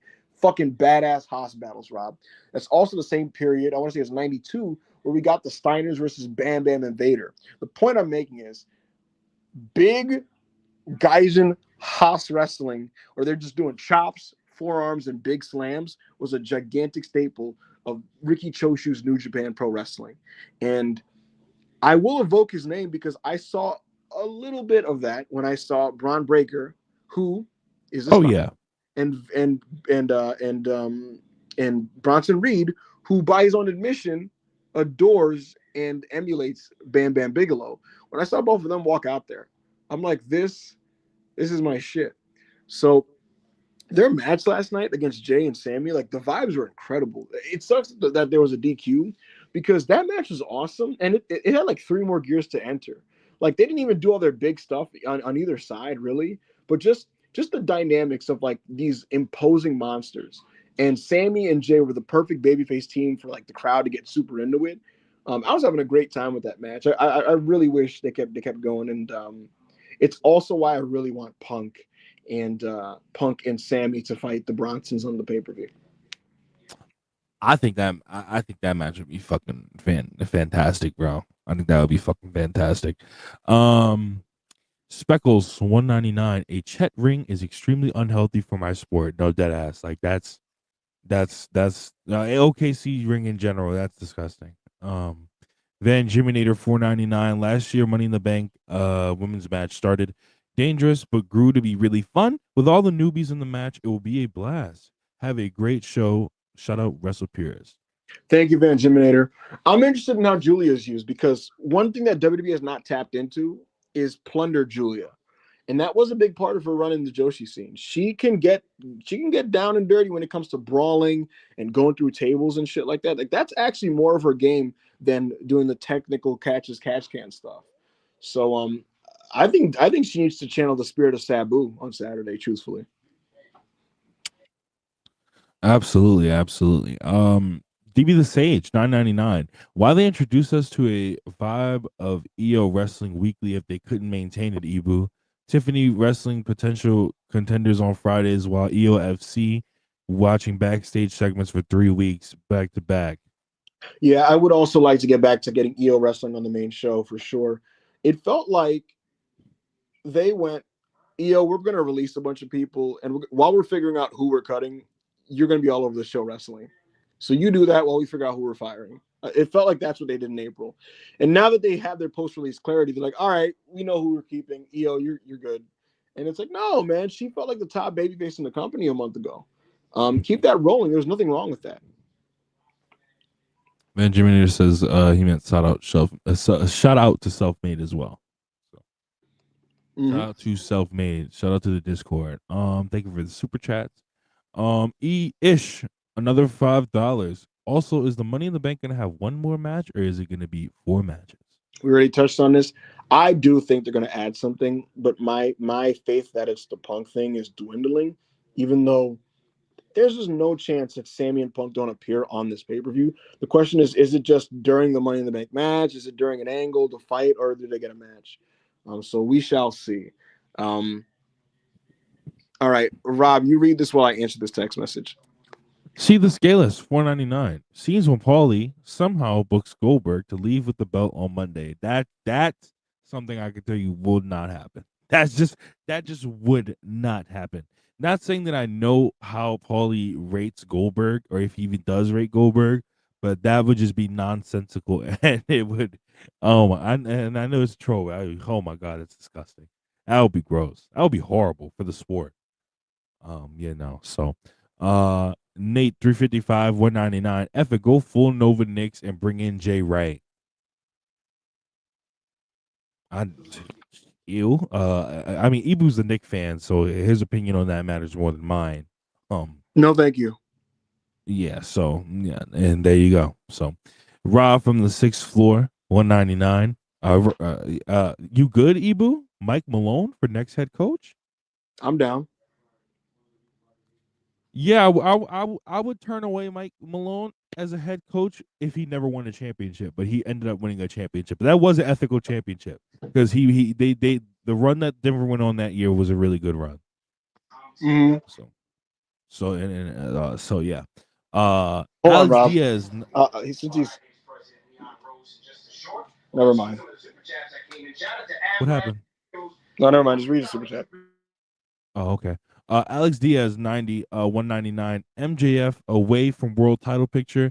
Percentage chance to WWE in 2026. I think that brother is there for a long, long time. So don't think about no 2026 or that brother is there for a long, long time. This is just not really a thing we're talking about right at this moment in time. Yeah, nah. Especially since right now he's literally saying I'm going for the world title. So not Josh Toffee, $4.99. Nick Khan selling stock so that he can be the Knicks head coach. That would be So I got a message from WWE about the Nick. I asked. So Nick Khan does that for. Can you hear me? You're kind of lagging a little Hello? bit. Like okay, I can hear you now. Am I lagging now? Yeah. So no, you're good. You in robo mode for like a second. I was reading a text. The Nick Khan stocks thing is for tax reasons. Somebody not paying taxes. Speckles 199. As a Rican, get Zelina off my screen, bro. Awful. Yeah, she's terrible. I was the last few matches that she's had on SmackDown. I was watching, and I didn't want to be like, yo, please get her off TV, but like, Jesus, bro. Oh my God, she's not good in the year of 2025. She's just not good. She keeps insisting on wrestling, but the truth is, dude, like, facts are facts, and she was better as a manager. She just was. Oh, you're a misogynistic piece of shit that thinks women can be nothing but managers. Actually, if you say this. Mm-hmm. So, see the scaleless $4.99. Levesque is shameless. Response to Julia. Hopefully Grace and Julia in the future, and less of that triple threat. Yeah, nah. Yeah, people pretended that was good. That Julia Charlotte Zelina match was ass. Shit was terrible. Stop trying to go on the timeline and say Zelina Vega's having good matches, y'all. Stop. My problem is just like the crowds on SmackDown are terrible, and yeah, I kind of worry about how they get over. But again, I do think Jordan and Julia can earn the crowd's respect by just wrestling their asses off. The problem with the crowds on SmackDown is the show is too long. We already know that. Mm-hmm. But it's not a good show. It's not a good long show either. No. So by the time we get to the third hour, these niggas have been sitting through two and a half hours of bullshit, and they're just like, yo, why should I care about any of this in the third hour? Mm-hmm. Half the arena be fucking. Some of the parts of the arena be fucking tarped off and empty by the time SmackDown's over. So, unless Cody and Cena are main eventing, or like Roman or something are main eventing the show. Okay, so DB the Sage $4.99. Unfortunately, Ibu, these convos fall on deaf ears because a large portion of the main demographic, white, don't see issues with these gimmicks. I know. I'm very aware. It's why to them R-Truth is just like the mascot that they're sad that they're losing. I don't bring it up usually because it turns into like me being negative on the person behind the gimmick, and it gets complicated. And I just usually leave it alone. But I'm just being honest with how I feel. But yeah, everything you said is correct, DB. Dylan G 499. If Truth never tweeted he wasn't being renewed and he just disappeared off TV, I don't think there would have been any fan backlash. 1,000 IQ move. Yeah, he's a beast. That's so far. He's like, hey man, they're not bringing me back, so just letting y'all know. No, I just had that. I know y'all love me. Been doing fire shit for years, not fire, but like been making y'all laugh for years, but they don't give a fuck about me. So, and Nick, hey man, he's getting chance in the arena now for it. So, Broadway Joe $5. Fed fans want a company built around Cross, Theory, and Bo Howdy. Dear Lord, not surprised. Truth was the last straw for them, son. Yeah, it's they're not sending their best and their brightest. I'll tell you that. Yo, Ibu was on the timeline. We was on the timeline crashing over the weekend because when that match got announced, do y'all know how many people said, "What? Grande Americano? Why isn't Karrion Kross in this match?" Yeah, that was insane. So they were making the graphic with the match and photoshopping Karrion Kross in it and being like, this would be way better. And I was like, yo, what is wrong with you niggas? What is actually wrong with you niggas? What in-ring performance have you ever seen from Karrion Kross that says, yo, I want him? Son, it took him Pete Dunne, Kyle O'Reilly, Johnny Gargano, and Adam Cole in their primes for him to have a great match. Mm-hmm. Yep. And it's just like, fuck, bro. Stop. It's nuts, and I don't get it. And he didn't even do anything in that match. Everybody else was doing their spots, and he just came in and did like Saito's every 5 minutes. Like, he's not a very good wrestler. Look, he's good in the pre-tapes. He had one last night where he basically said that Sammy's lying to everybody and to embrace being a bad guy, which is fascinating. Like, are they going to turn Sammy long-term, or like what are they going to do with that? We'll see. But in terms of wrestling, like I'm not trying to watch him wrestle. That's the bottom line.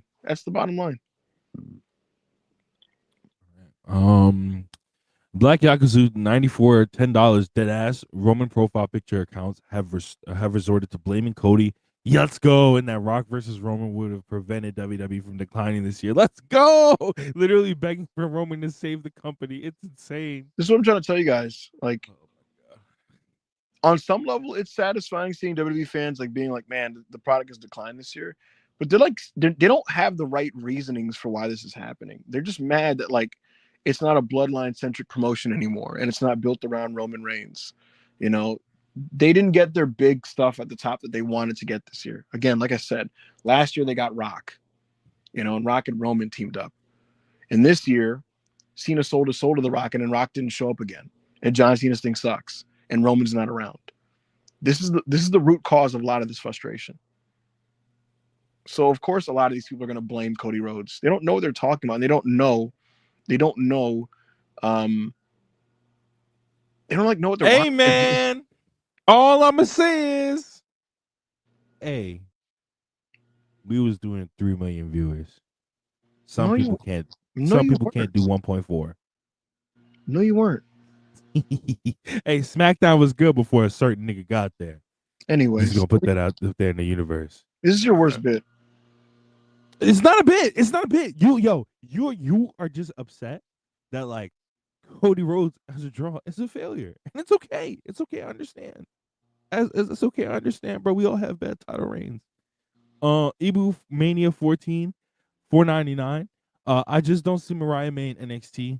Not every ex AEW talent just go through NXT. My idea is to start her off versus Lyra for the IC title, and my response to that is a bad idea.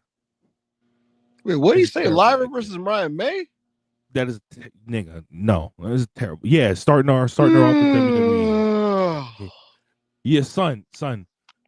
And this is not like y'all, if you've watched this channel consistently since Mariah May was going through her world title reign, like in the moment, I always thought Mariah May wasn't that good enough to be on like somebody's main roster immediately anyway. She can't cut a live promo, bro. She cannot cut a live promo, and live promos in WWE are everything. So no, she has to go through NXT, go through that system, cut live promos in front of those fans because they'll eat whatever the fuck she says up. But she has to change up her style of live promos because it is terrible. And y'all want her on the main roster. While Lyra Valkyria is having the best promo run of her career, and y'all want Mariah May, who can't cut a live promo, to go up against that. Anyways, Isaac Godino, $4.99, went to a house show last year. Carlito worked Theory. It took a collective 4 bumps in 9 minutes and came out to a pop. No, I'm gonna miss that beast. Yeah, man. It sucks that we had to watch him wrestle sometimes because he was not good at wrestling anymore. But that he wasn't was ideal. funny. Yeah. So, Ibu's fried, bro. All those rants like killed him. DB the Sage, $4.99. If Rhea wins, you can fake way predict the rest of the year for whatever show she's on. To a degree, like I said, Rhea Ripley is a main event star who should be in main event scenes, but she does not need the Money in the Bank. I do concede that. So I hope it's not her that goes over here in this match.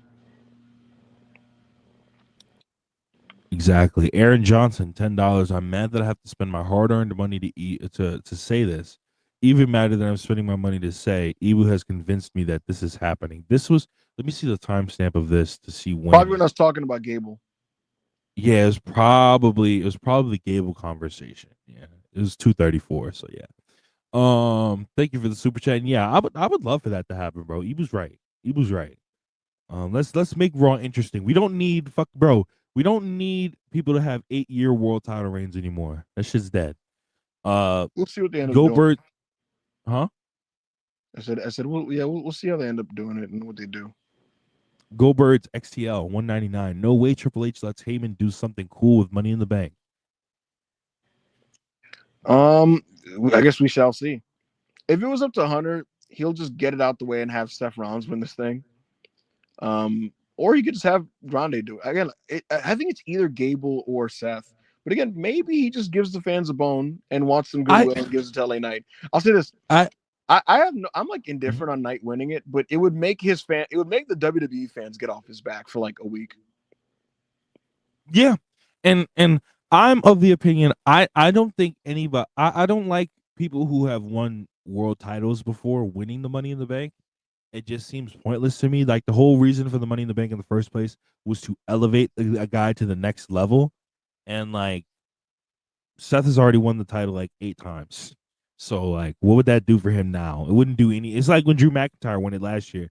It really didn't do anything for Drew. It just enhanced the Punk storyline, which I guess. So ish $9.99. If Chad will be in this Dangerous Alliance storyline, how will El Grande Americano end? I mean, I don't think it affects that much. I think Grande, no matter what, is going to lose a mask versus mask match against the Luchador. With the Luchador probably being Penta. But considering that they didn't rush to book that, maybe they are waiting for Rey Mysterio to come back. Nevertheless, I don't think it affects that because they're like half considered 2 different people, even though they're obviously the same guy. Yeah, so Slow Down Radio, $199. What happened to Ludwig? Any plans got Dragon Lee? I don't have an answer for either of these questions. Yeah, everybody assumed what happened with Ludwig. Would not be surprised if Ludwig reappeared next week to help Gunther. I don't know that. I don't know. But yeah. Yeah. Right. Hold on. Ish $9.99. With Cena being on Raw next week, do you anticipate him and or Cody having anything to do with this whole Dangerous Alliance situation?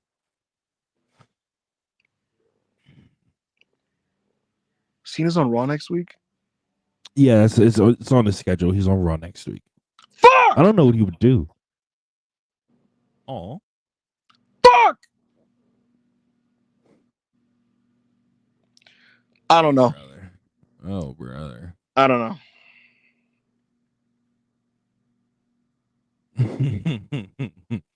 has 2 pounds. I kind of hope the World Heavyweight Championship gets hot potatoed for a bit. Yeah.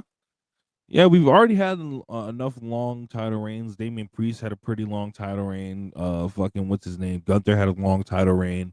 Seth Rollins had the longest fucking title reign of the entire belt. So yeah, we can get some short reigns with the belt for a little bit, but don't go WCW 2000 crazy. Don't do that. Johnny Burney 199 with NBA TNT done. Should Collision move to Thursday? Yes. Yes. Like, yeah. It because Collision one, being it on can help the Saturdays- rating. Collision being on Saturdays actively affects how much I watch it. Like the Yes. time when it comes out, like I end up catching like half of them. So That and like it would help the rating, and it would give you something to watch on Thursdays because nobody fucking watches TNA live anyway. Like nobody watches TNA. So see the scale is $4.99. Punk continues to get Stone Cold Pop's best in the world. Anyways. facts. Corey, speaking of CM Punk Stone Cold, did you know his Hall of Fame video had the Cult of Personality on it? Yeah, I remember it was 09. Bro, I did not remember or hear that at all. Like me and Luke were watching a random ECW episode because there was a match we were watching on it, and we saw the Cult of Personality video. We were like, "What the fuck?" Yeah, that was This shit was tough. that might have been the first time I've ever heard that song. Was when I was watching at the time, and that came on. That video package was tough too. That shit was that Shout out to Austin, man. Corey David, $2. Ibu, thoughts on NXT card tonight? I have not seen the card tonight. I love that you guys have now made this a weekly bit where I live react. Where I live react. Oh, wait. Oh shit. Oh shit. What's up, man? Oh no. Ibu, what is it? The Dangerous Coalition versus CM Punk drawing. Why isn't it drawing, Ibu? Why is it not drawing? Why are you yelling at me? I don't care. I don't give a fuck. CM Punk comes on, Netflix goes off. Punk wasn't. I think all he did was like a 2-second run-in last week. So why couldn't he? Why didn't he pop a quarter? Why didn't he pop a quarter during that run-in? Why didn't everybody fuck to the TV to sing Cult of Personality? Why? Why? It was the last 30 seconds of the show. That's why they. Now here's the thing. Here's the thing. We'll circle back in a week because they advertised this week. This week he was heavily advertised to open the show, and he was all over the show. So clearly that's an experiment to see if like that affects anything. And if it doesn't, then that's gonna look spooky. It'll look pretty spooky, you know. So wait, the Knicks were the Knicks on last Monday? I don't remember. Let me see. Let me look. I'm about to look. Was there a game? Let me go to sleeper. Knicks game.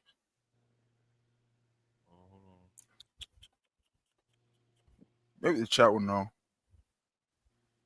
Yeah, no, I don't see any games for last Monday. Why AO's trying to rage bait me about this? I don't care. No, they played Sunday during the pay-per-view. That's facts. That's facts. They played during what about Double or the Thunder? Nothing. What about the Thunder and T-Wolves? No, the series was over already. Ooh. On Monday?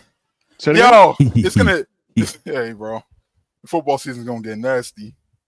And they chanting "We want truth" during his matches. It was Memorial Day. You know, it was Memorial Day. Who gives a fuck?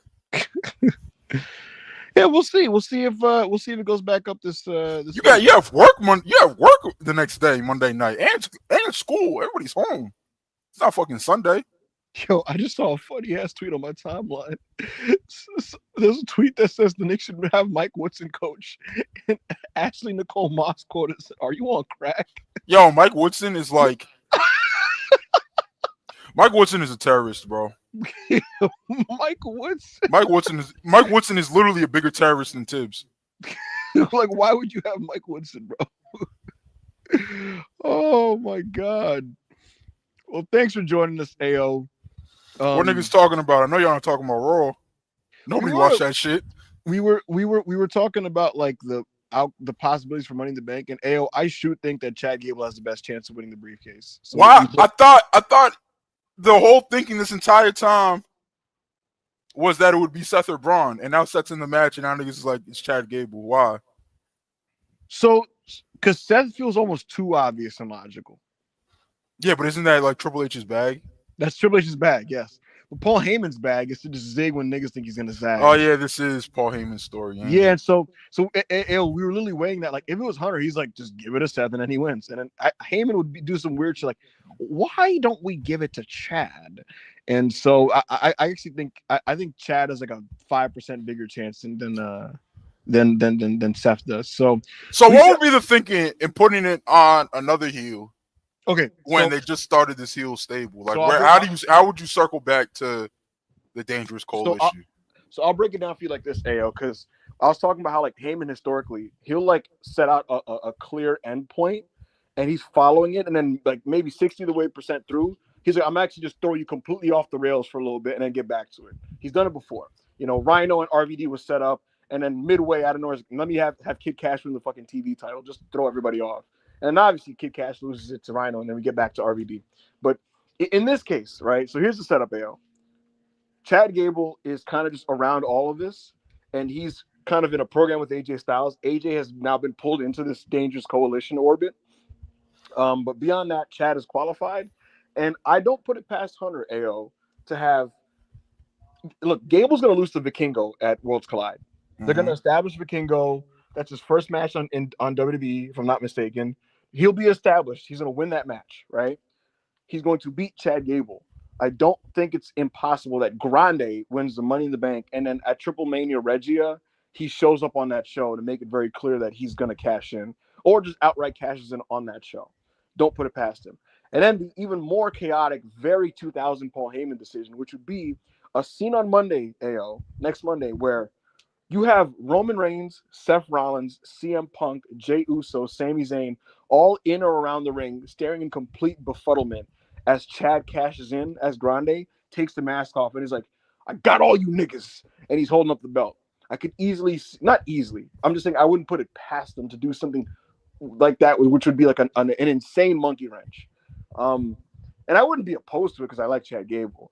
But it wouldn't completely be out of left field to me because I just know how Paul books. I know he does weird shit like this. So I think the more likely thing is just the Vikingo thing, truthfully. And Roman Reigns also, I think Roman's coming back at Money in the Bank. And if he comes back at Money in the Bank, like, surely it would be to fuck over Seth Rollins. So that's kind of my thinking with that. And then the third most likely winner is LA Knight, just purely to like get the drones to like stop being mean to him, like to Paul Levesque. Fine speech. I just loaded up BetOnline AG. You want to hear what they got to say? Wait. Start from the lowest, and do both of them. The lowest. Okay. For his second Money in the Bank match in a row, Andrade El Idolo. Yes. But at least, we're making progress this time, yo. Okay. Making progress. The last time Andrade was in a Money in the Bank match, he had worse odds than the rest of the WWE roster. Literally, it said Andrade had the worst odds, and then the rest of the WWE roster had better odds than him. All right, but this year it's not the case. He just has the worst in the match. They don't have the rest of the WWE roster as an option. At plus 2,000. Okay. We have Andrade El Idolo. Yes, he's there to just do good moves. Flip for me, nigga, man. Flip for me. Basically. At plus 1,400, we have Penta? Solo Sikoa. What? Oh shit! I gave him the fourth best personally. Okay, who's above him? Then it's Penta, right? At plus 900. Okay. And this is gonna shock some people. Okay. We have Seth Rollins. What? I'm just kidding. We have El Grande Americano plus 900. Ooh. Mind you, I have never seen odds this bad win a match ever. The worst odds I've ever seen win a match is like plus 400. Pay good attention to how that fluctuates in the next 2 days. You think this line's gonna move? I think so. All right. I think Vegas isn't included. All right. Reminder: the best I've ever seen win a match was plus 400. Mm-hmm. All right. If that shit changes drastically, by Friday, they're gonna fucking change the shit due to insider trading. I'm crying. All right, say less. Yo, you heard it here first from Ebu, bro. Yo, throw 25 down on that plus 900, bro. Throw $25 down on it. I put money on Chad. All right, at plus 600, we have Pentagon Jr. At plus 300, we have Eli Drake, LA Knight. Mm-hmm. At minus 400, so they're like, Vegas is like, yo, this nigga's winning the match. We have Seth Freaking. Like I said, he is the logical choice. If Paul Heyman was booking by himself with nobody holding his hand, he's simply just winning this match and cashing it on Monday. Point blank. Other Vegas picks for this weekend: minus 400, John Cena and Logan Paul. Minus 250, Becky Lynch over Lyra Valkyria. Minus 280. Oh wow, this is surprising. Naomi, go for her. Yes, sir. Yes, sir. I think she's winning it. I need Rhea to win, bro, because I need Twitter to melt down. Ayo, Rhea is plus 300, so she's in play. Ayo, if Rhea won, Stan Twitter would do very harmful things to themselves. Oh shit! Hangman is at minus 700. For what? For John Moxley? Yeah, I didn't even know they had lines out this early. Wow. And then Mercedes Tony's a coin flip, but Mercedes is like the favorite by hair, but it's a literal, Chad, coin flip. Chad, do y'all want to know who's winning Mercedes Tony? Or you know what? I could probably pop a number with that somewhere, shouldn't I? With that match. Yeah, we'll save that for we'll save that for what's it called, self-made type shit. Oh, brother, look at Javo just swallowing cock in the chat. Betting my mortgage on Mox. Look at him. Disgusting guy. That's crazy. All right, go on with the super chats. That was interesting. That was very I got you. Give me one. I got you. Sway 199, 4 letters, 1 word. Shout out to Self-Made. Yes, Shout out Sway, man. Shout out Sway, folks. The Self-Made Discord is on fire. We had a great week last week, and all our archived content is up and available. Yo, $5 to get in, man.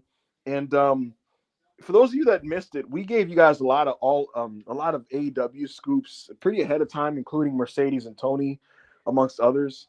But beyond that, just the vibes in there and the fun from the watch-alongs has been great. We did 4 last week, I want to say, 3 or 4, and they're all up now for replay. And I also gave guys a bonus anime movie watch-along on Sunday night. So all that's in the Discord. At SelfMadePW is the Twitter handle, and on the bio there's a link. There's a link to our bio. To the Patreon, and again, $5 is your getting price, and for 10 or more, you can get speaker roles, you can recommend matches, so on and so forth. So, Self-Made. Yo, bust down. What made you go with those emojis, bro? Why did you go down with these emojis? Oh my God. Corey David, $2. Thoughts on Kali, Kendall Gray, Bailey Humphrey? Okay, Callie, the black woman that won the Evolve Championship, if I'm not mistaken. Yes, she got a great look. Great look. I don't think I've ever watched her, but I don't even think I've seen a clip of her, bro. Other than like entrances. She's stuff. good. I've watched her. She's what is big throws, big slams? That's what we got going on. Yes. That's my shit. The my NXT source says she's like another Bianca type, was what they said to me, in terms of like the athleticism. But I don't think I've actually seen her. But they like her, so that's her.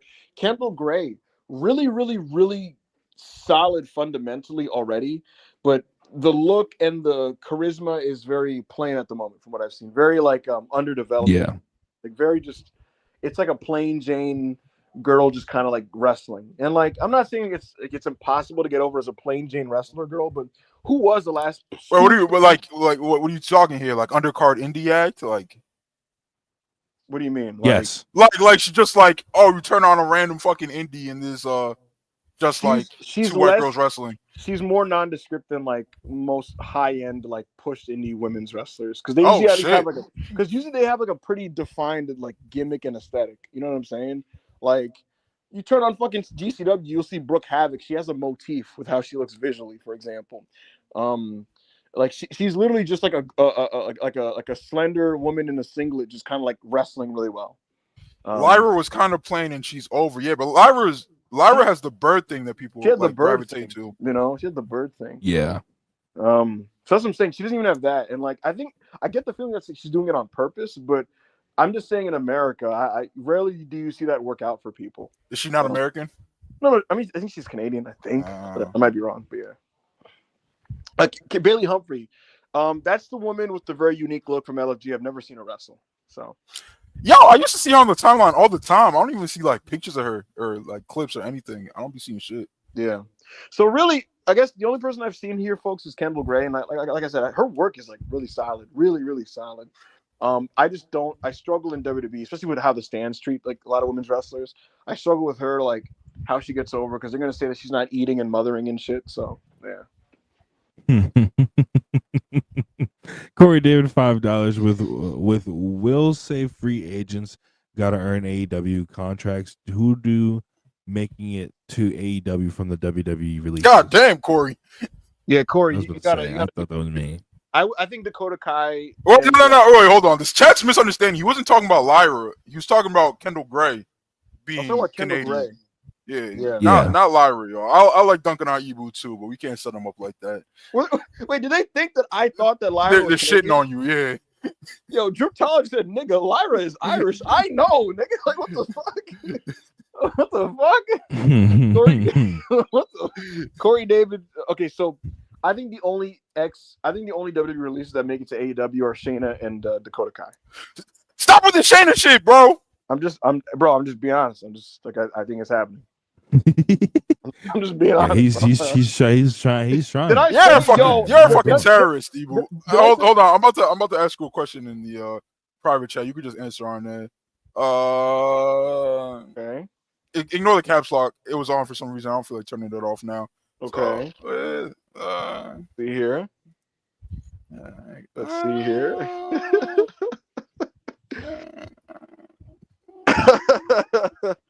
Yeah, it's gonna happen this summer. I don't know when they're rolling it out. It would not surprise me if like the inaugural match is at All In. Would not surprise me. Inaugural match or crowning? Crowning. Oh, wait, we're wilding. Anyway, Yeah. Go ahead.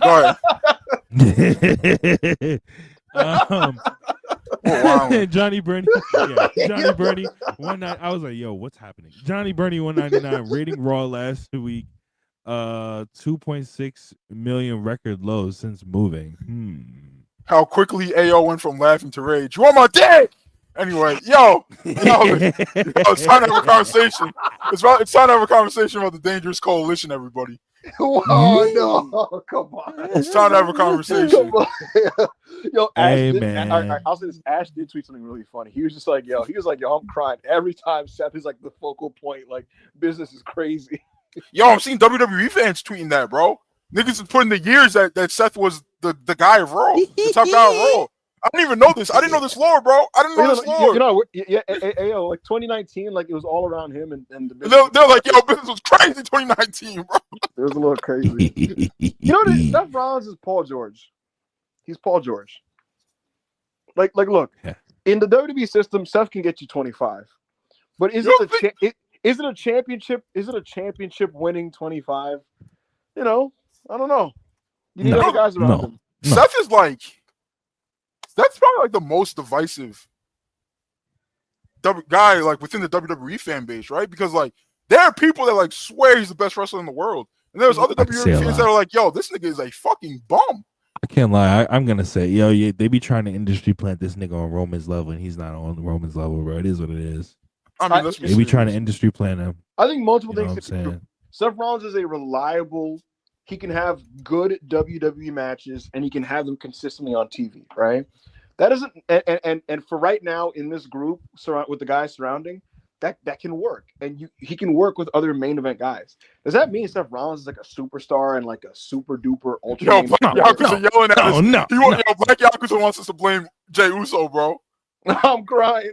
Bro, Jey Uso is not the focus of Raw, though, right? Am I wrong? Seth is. The focus No, is he's not. it's an ensemble cast, yo. It's Seth, it's Jay, it's Punk, it's Sammy. They're basically the four, and Gunther to like a lesser degree, but Yeah, I get it, bro. That no matter what, niggas want to blame or thank the current business on the champion, except for when AEW business was at an all-time high with Hangman. Niggas don't want to give him the credit anyway. But bro, like, is niggas really gonna say the turnaround in TV quality and ticket sales was like thanks to Mox, bro? Like, come on, my nigga. It was everything else that was going on in AEW.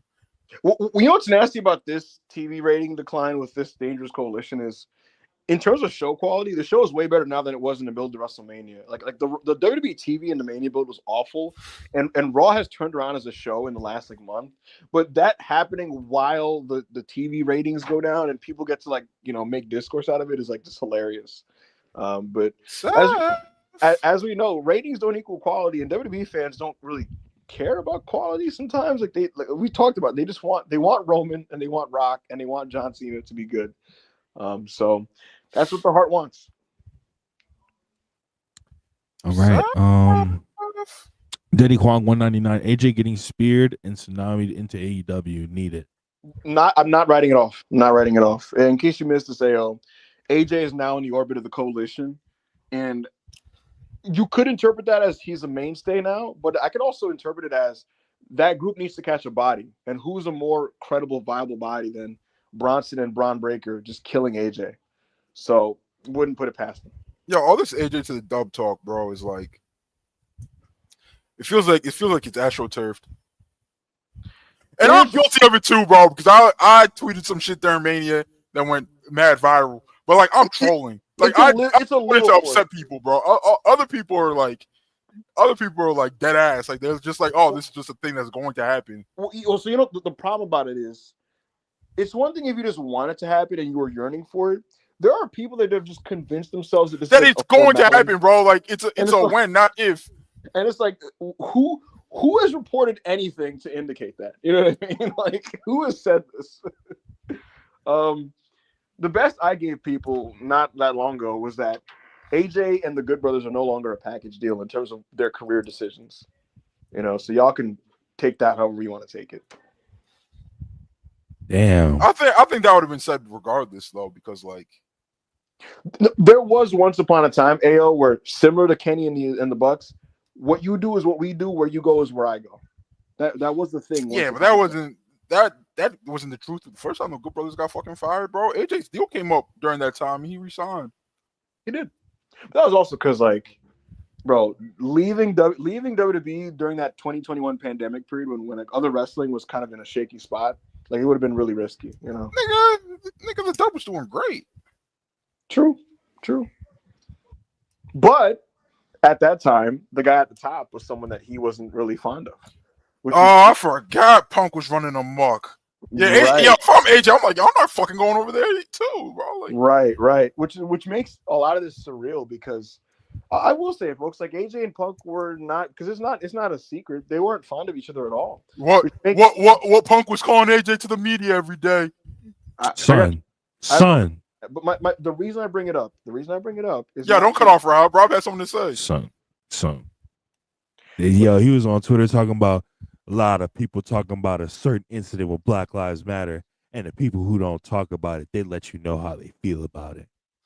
Yeah, look, that nigga AJ taking off my dick. Punk felt the way he felt about AJ, and I bring it up not to like engagement for him. I bring it up because clearly something went down recently, folks, to where there was a coming to Jesus. Punk and AJ were not on the same brand when he first came back, but right now they get along just fine, and there's clearly mutual respect there. They did the Code of Honor last night, and they main evented Raw. So I'll say this about it, man. Good for these old men that whatever they were beefing over, which is clearly from stuff ranging 20 years ago. Thankfully, that these men pushing 50 dropped it and just moved the fuck on. So AJ couldn't stay loyal to his young boys. Come on, man. Come on, man. If not for him, for his young boys, he couldn't do it. Listen, man. I think AJ was like, look, man, I'm just tired of you calling me a Republican, man. And he's like, well, you are. Well, come on, man. We can't have opinions. And he's like, all right, yeah, I guess so. nigga wants someone in chat said, "What's the lore?" Bro. They've been publicly beefing for 20 years. For literally 20 years. 20 years, bro. Through like Yeah, 6 different I told companies. y'all that nigga was on Twitter calling AJ Republican, like a super conservative Republican Nazi. In Funker. 2020. The thing is, right? He said, Funker said, I mean, he ain't wrong, to be honest. We know this about AJ. The thing is, right? If Punk's genuine issue with, like, an Ibu kid, like, come on, Ibu, like, you know, if Punk's genuine issue with AJ was political beliefs, he would be spending all day on Twitter calling out the entire wrestling industry, but he doesn't. He only calls out AJ. Why is that? Yeah, look, it's not about the politics, bro. He doesn't fuck with AJ and he uses the politics to attack him because who could be like, yo, Punk, chill about that? They're just gonna be like, yeah. Right. So, and my point is this. I think it was obviously some type of personal issue between the two of them that's ranged from a long time, and I'm sure like that's just a thing to pick at him with, and that's what he chose to do.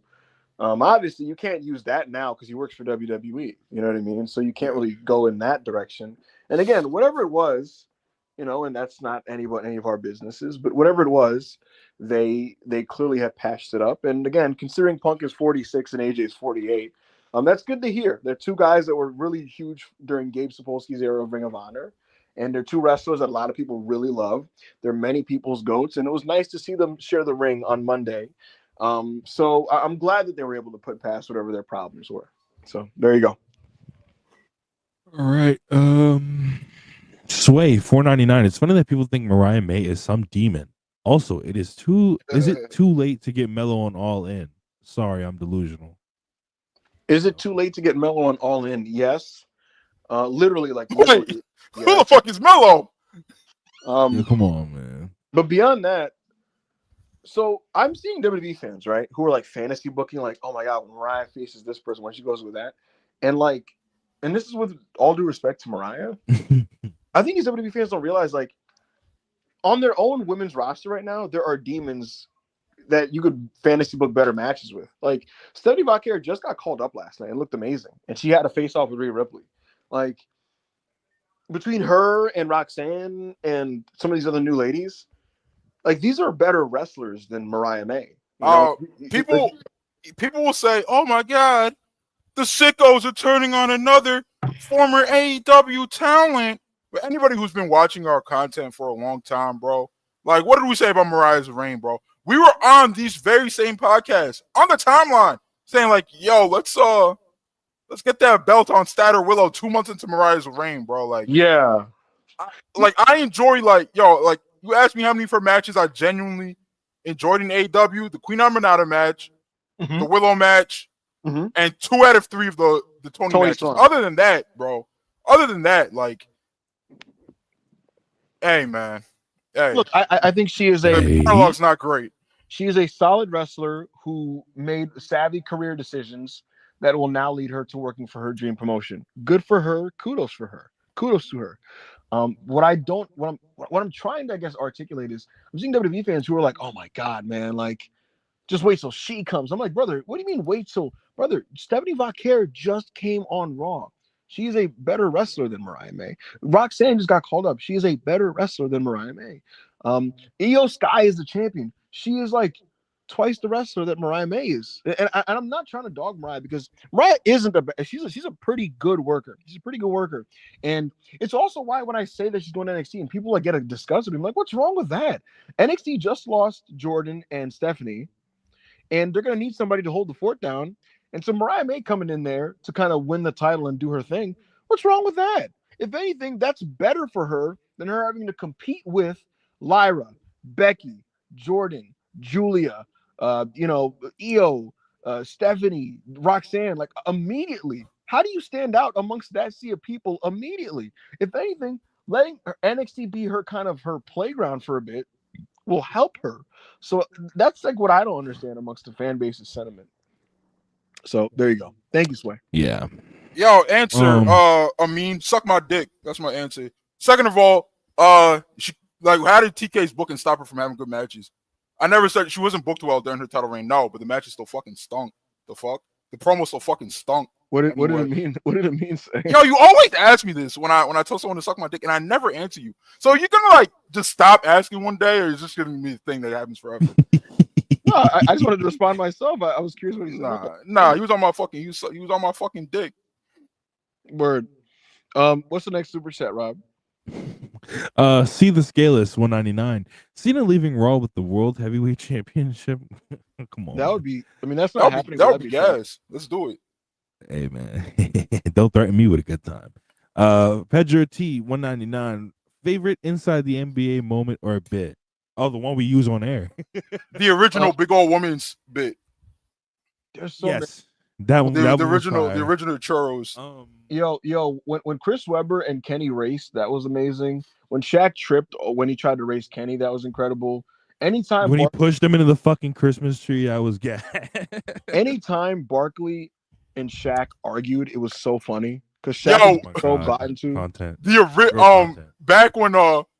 when JaVale McGee was the face of Shaq and the Fool, God. and they called him my Tragic God. Johnson, bro. Me and my niggas Yo. quoted that every fucking day. Yo, listen, Every day, bro, we was quoting that shit. year one Shaq and a Fool when they would show Kendrick Perkins on the fast break and like he would try Bro, to fucking and they would just violate these niggas, bro. violate these niggas, just like airballing fucking post up the jump hooks, and Kendrick Perkins would like I'll never forget, bro. He's on the fast break and he caught it and tried to do like a no look like pass to KD or some shit, and he's like tragic Bronson alert. Tragic Bronson alert. Tragic Bronson alert.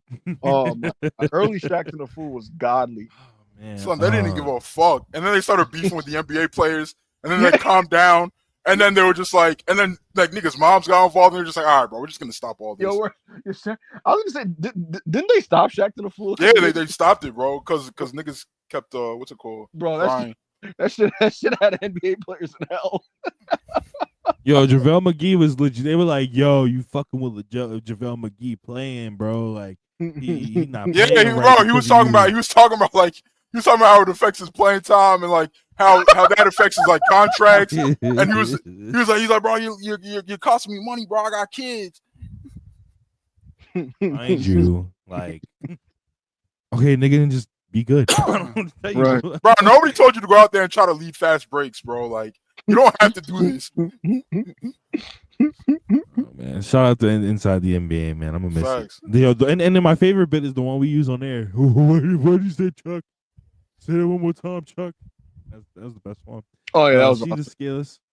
499. It's very simple. Ratings matter when it supports my agenda. Bucks hate when they don't. What the fuck? And they don't matter when they don't. Punk on Raw. What the fuck? Or you can Hey, be like me see the scales. Actually, never mind.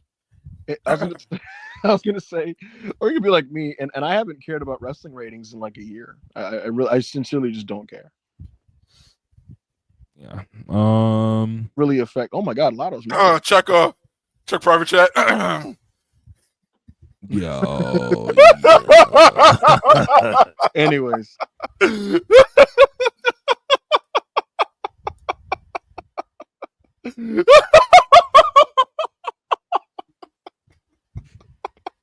George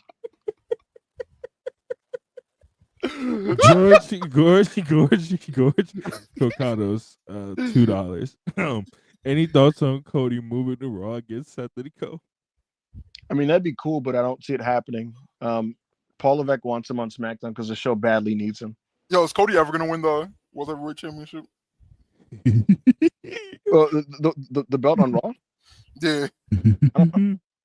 Again, Cody would love to be on Raw, but they need him on SmackDown. Oh, I know he would. Come on, man. I know he would. Getting tired of killing SmackDown, so I don't understand that. You know, I know he will. He definitely wants to go to Raw. Why? He wants to sink that ship too? Oh, brother. Holy Niggas are suggesting Jason Kidd as the next coach. Oh, brother. Oh no, what the fuck? Oh, brother. No, Kid sucks. Jason Kidd is terrible. That smell. What the fuck is SMG, $7. Isn't it strange that the Heyman faction doesn't have an official name yet? It's almost been 2 months. Yes. It's because they haven't finished compiling members. Once they fully form the unit, then they'll get a new theme song and a name. What you see here is not an alliance of talents. That What you is see here is a coalition of athletes. yes. So that's the reason why, Chad. Mavs fan, 84, the 199. Commander Loki, my favorite luchador, mad talent. Yes, bro, he's really good. Commander's He a fucking is demon, like bro. he's oh my god, man. I like Commander. Yeah. Yo, don't fucking tweet No, just I almost called you a slur on there. I like him. Corey David, $2. Ibu didn't get your thoughts on NXT card tonight. Yeah, y'all. The one match to care about on NXT tonight Hold on, is Rob. Mike Rob, Santana. don't ruin the bit. You already fucked the bit up. You fucked the bit up already. Like you're stepping on. You weren't doing a bit. Yo, get off Rob's dick. What I was I'm going about to say is, you weren't doing a bit. what I was going to say is the bit is, and what Corey was trying to set up is that every week I go on the NXT Twitter page and live react to the card and laugh at the card. That's the bit. And then you're like telling me the card before I can pull it up. I didn't see it because I went to look at the card and I didn't see any match but that one. So go look at the card. All right, I have it up. And Corey, we apologize for kind of skipping your super chat earlier asking this. All right, so let's scroll up here. We have Charlie Kemp versus Miles Bourne. Okay. Wait, who's Charlie Kemp? No, you that's because Ibu cut out is Regal's kid. Charlie Dempsey. Charlie Dempsey. Oh, I thought you said Charlie Kemp. I was what the fuck? No. Charlie Dempsey. Yeah. Oh, okay. If Miles beats Charlie, he's allowed to leave the no quarter catch screw. Trick Williams versus Mike Santana for the TNA Championship. That screams non-finished to me. What else we got here? We have. Damn. Okay. Tyra May Steele. She's the Olympian. She will be making her debut tonight on NXT. Oh.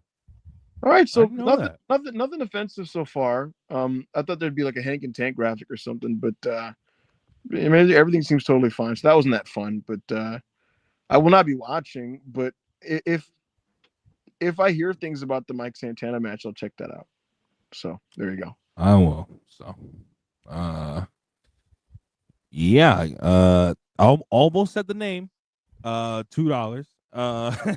More likely AJ appears on the TNA pay-per-view before an AEW one. I'll tell you this: there actually have been discussions for AJ Styles to wrestle on the TNA pay-per-view this year. I think you already said that. I mean, I haven't kept track of that, so I wouldn't know. But I mean, if they're, go ahead. No, go ahead and finish. Sorry. There have been discussions for AJ to appear on the TNA pay-per-view this year. I mean, if they're smart, which they're barely selling tickets for this UBS show anyway, they would just advertise them for the UBS show, but they're not smart. So, yo, if they weren't like in desperate need for something for Trick to do, it would have been way cool if they put the TNA title back on AJ. Yeah, I that actually would be pretty neat. It's just that like right now they're trying to like rehab Trick, so it kind of fucks that up. But yeah, I would fuck with that. So. Rehab Trick. Jesus Christ.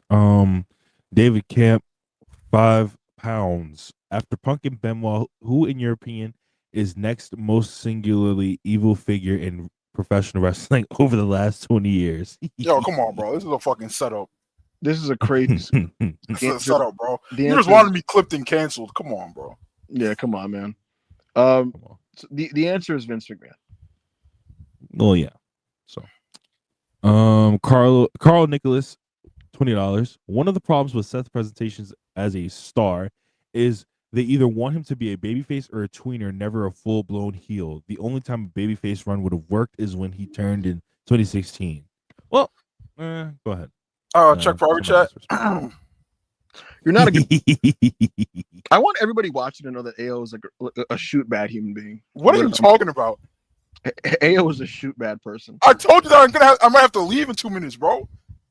Anyways, all right. So I think Seth is pretty firmly a heel now. I think the day he curb stomped Sammy when he was first trying to recruit him was when they finally dropped that. Because the very first week of the Seth group, he was trying to like act like, you know, visionary Seth, and he hasn't fully committed to getting rid of the song, but he is firmly a heel now, I think.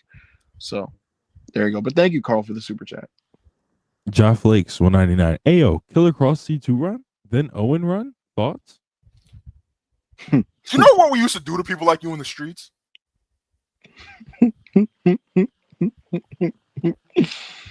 You don't want to watch Cross in AEW, bro? People like you and Ibu used to be beaten with hammers. In Most of the time to death. Roblox. In Roblox. Same. In Grand Theft Auto. Anywho. And mid walks 199. Mariah May now versus Jade Cargill debut in ring work. Hold on now. Ooh. I'm here for it. This is crazy.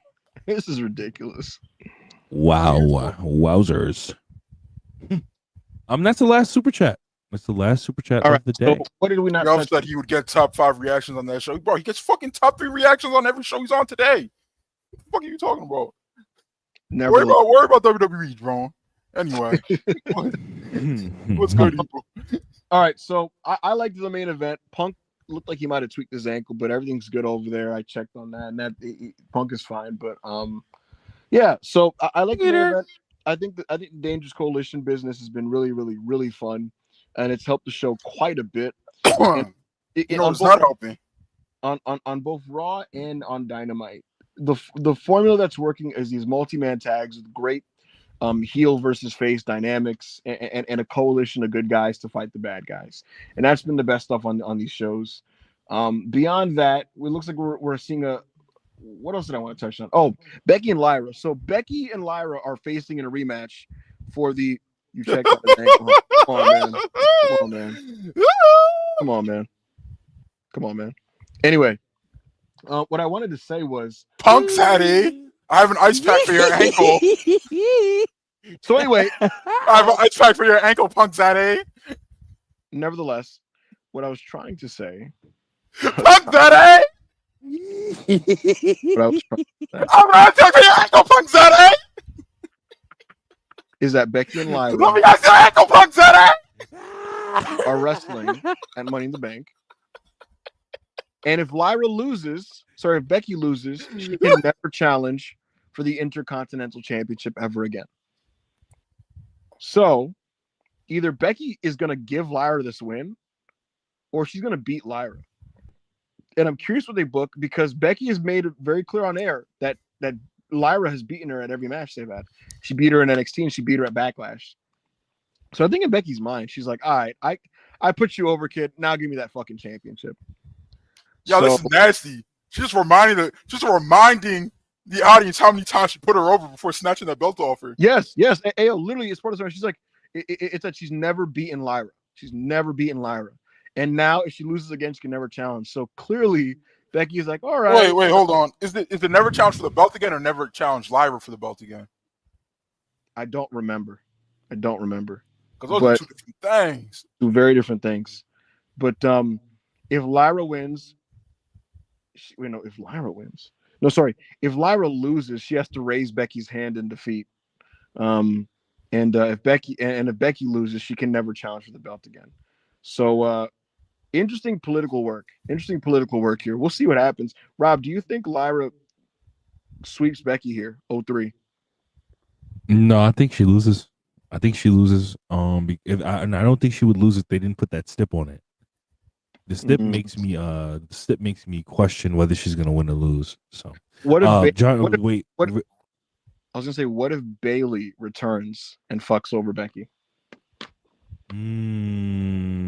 Oh yeah, it could be like, what the fuck? You took me out of my Mania match. So yeah, you're never gonna get the challenge for the belt again. I see that happening. Yeah, Possible. So we'll see. We'll see what they end up doing. Go ahead, Johnny Burney. Over or under, Bryan Danielson wrestles in 2025. Wait a minute, that's not how over-unders work. That's not how that works, but that's not. We're like over-under 0.05 matches. Bryan Danielson wrestles in 2025. I'm gonna say he wrestles one time. I'm gonna definitely say he'll play a part in the Death Riders.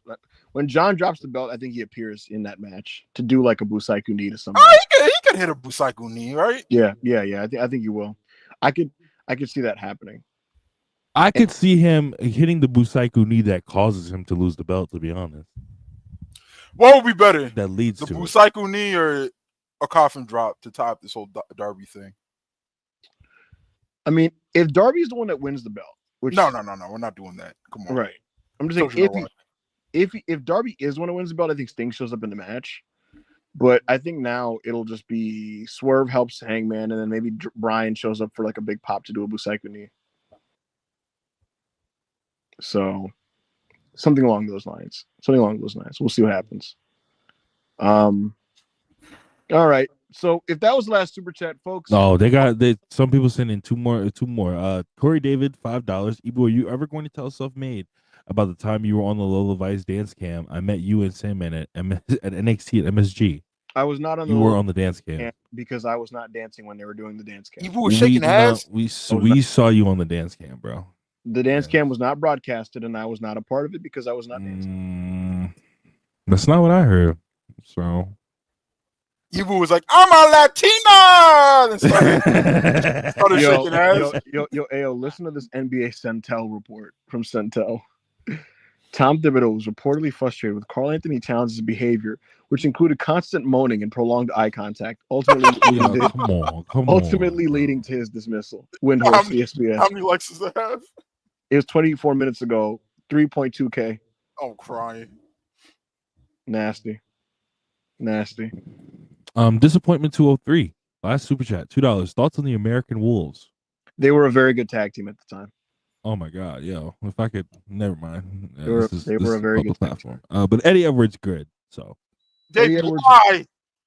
Yeah, why, Davey? All right, folks. A lot of fun. We covered pretty much everything you needed to know. You know what? I'm gonna go over the Worlds Collide card real quick. I'm gonna do that before you get out here. All right, so let's pull this up. WWE Worlds Collide. This show is going to be in the afternoon, folks. It'll be on YouTube before Money in the Bank. Two of the people on this show will be doing double duty with Money in the Bank. Nice looking poster we got here. All right, folks. So this will be a 5-match card, and I'm going to read you guys the card and give you guys my opinion. So we have Legado del Fantasma, Santos Escobar, Angel, and Berto versus Elio del Dr. Wagner Jr., Pagano, and Psycho Clown in a 6-man tag team match. I'm curious if they do trios rules with no tags or if they just do American tag rules. We will have a 4-way match for the NXT North American Championship. Ethan Page versus Javon Evans versus Laredo Kid versus Rey Fenix. We have a tag team match with Chica Tormenta and Dalis versus Lola Vice and Stephanie Vaquer. We have another 6-man tag team match. Dragon Lee, Cruz del Toro, and Joaquin Wilde versus Octagon Jr., Aerostar, and Mr. Iguana. And your main event, folks, is El Hijo del Vikingo versus Chad Gable for the AAA Mega Championship. I'll say this, folks. So I won't get in the weeds of this now, but I do think this will be a fun show and a good show. I think I hope Chad Gable takes this opportunity seriously to have this is gonna be his first and pretty much only ever main event he will ever main pay-per-view he'll ever main event in WWE. I don't think he will ever main event a pay-per-view in WWE ever again. So with that said, his mentality should be, I'm gonna have an incredible match here. That should be his mentality.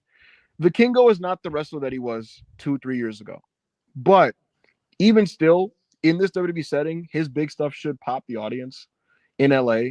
They're in LA, right? Let me double check. They are in Inglewood, California. Yeah. So I think Chad needs to have a great match here, and I hope he does. And I think he can and will.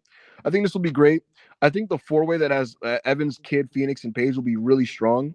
Everything else will be fine, probably. Yo, why Wagner 3G couldn't get a singles match, bro? It's kind of crazy.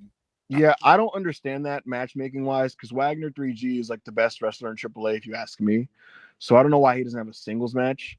That match with the Legato guys, that should be pretty decent.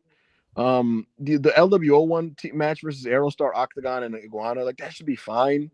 Those will be fine, tag matches. The 2 top matches should be really strong, and then I worry about the women's match, truthfully. But all in all, I do think this should be a fun show that'll highlight a lot of people that never get on the PLEs as they describe them. So that's that. And then Money in the Bank, like they need to add another match to that card because 4 matches on a pay-per-view is insane. So we'll see what ends up happening. Again, my big hope between all of this is just that Chad Gable shows that he belongs on a main event stage and he actually owns the stage and has a great match with Vikingo. So we'll see what they end up doing. All right, guys. So with that said, subscribe to Self-Made Patreon. I won't be in there after this, but I will try to do a space this week. So breaking news, I'll try to do a space this week. At Self-Made PW, link in bio to the Patreon, $5 to get in. And for Rob, for AO, I'm Ibu, and I'll see you guys next week. Like the video. Please like the video. Please. I'm a Latino. I'm going live on Twitch like right now, so make sure y'all go hit that up. And so yeah, we're out of here.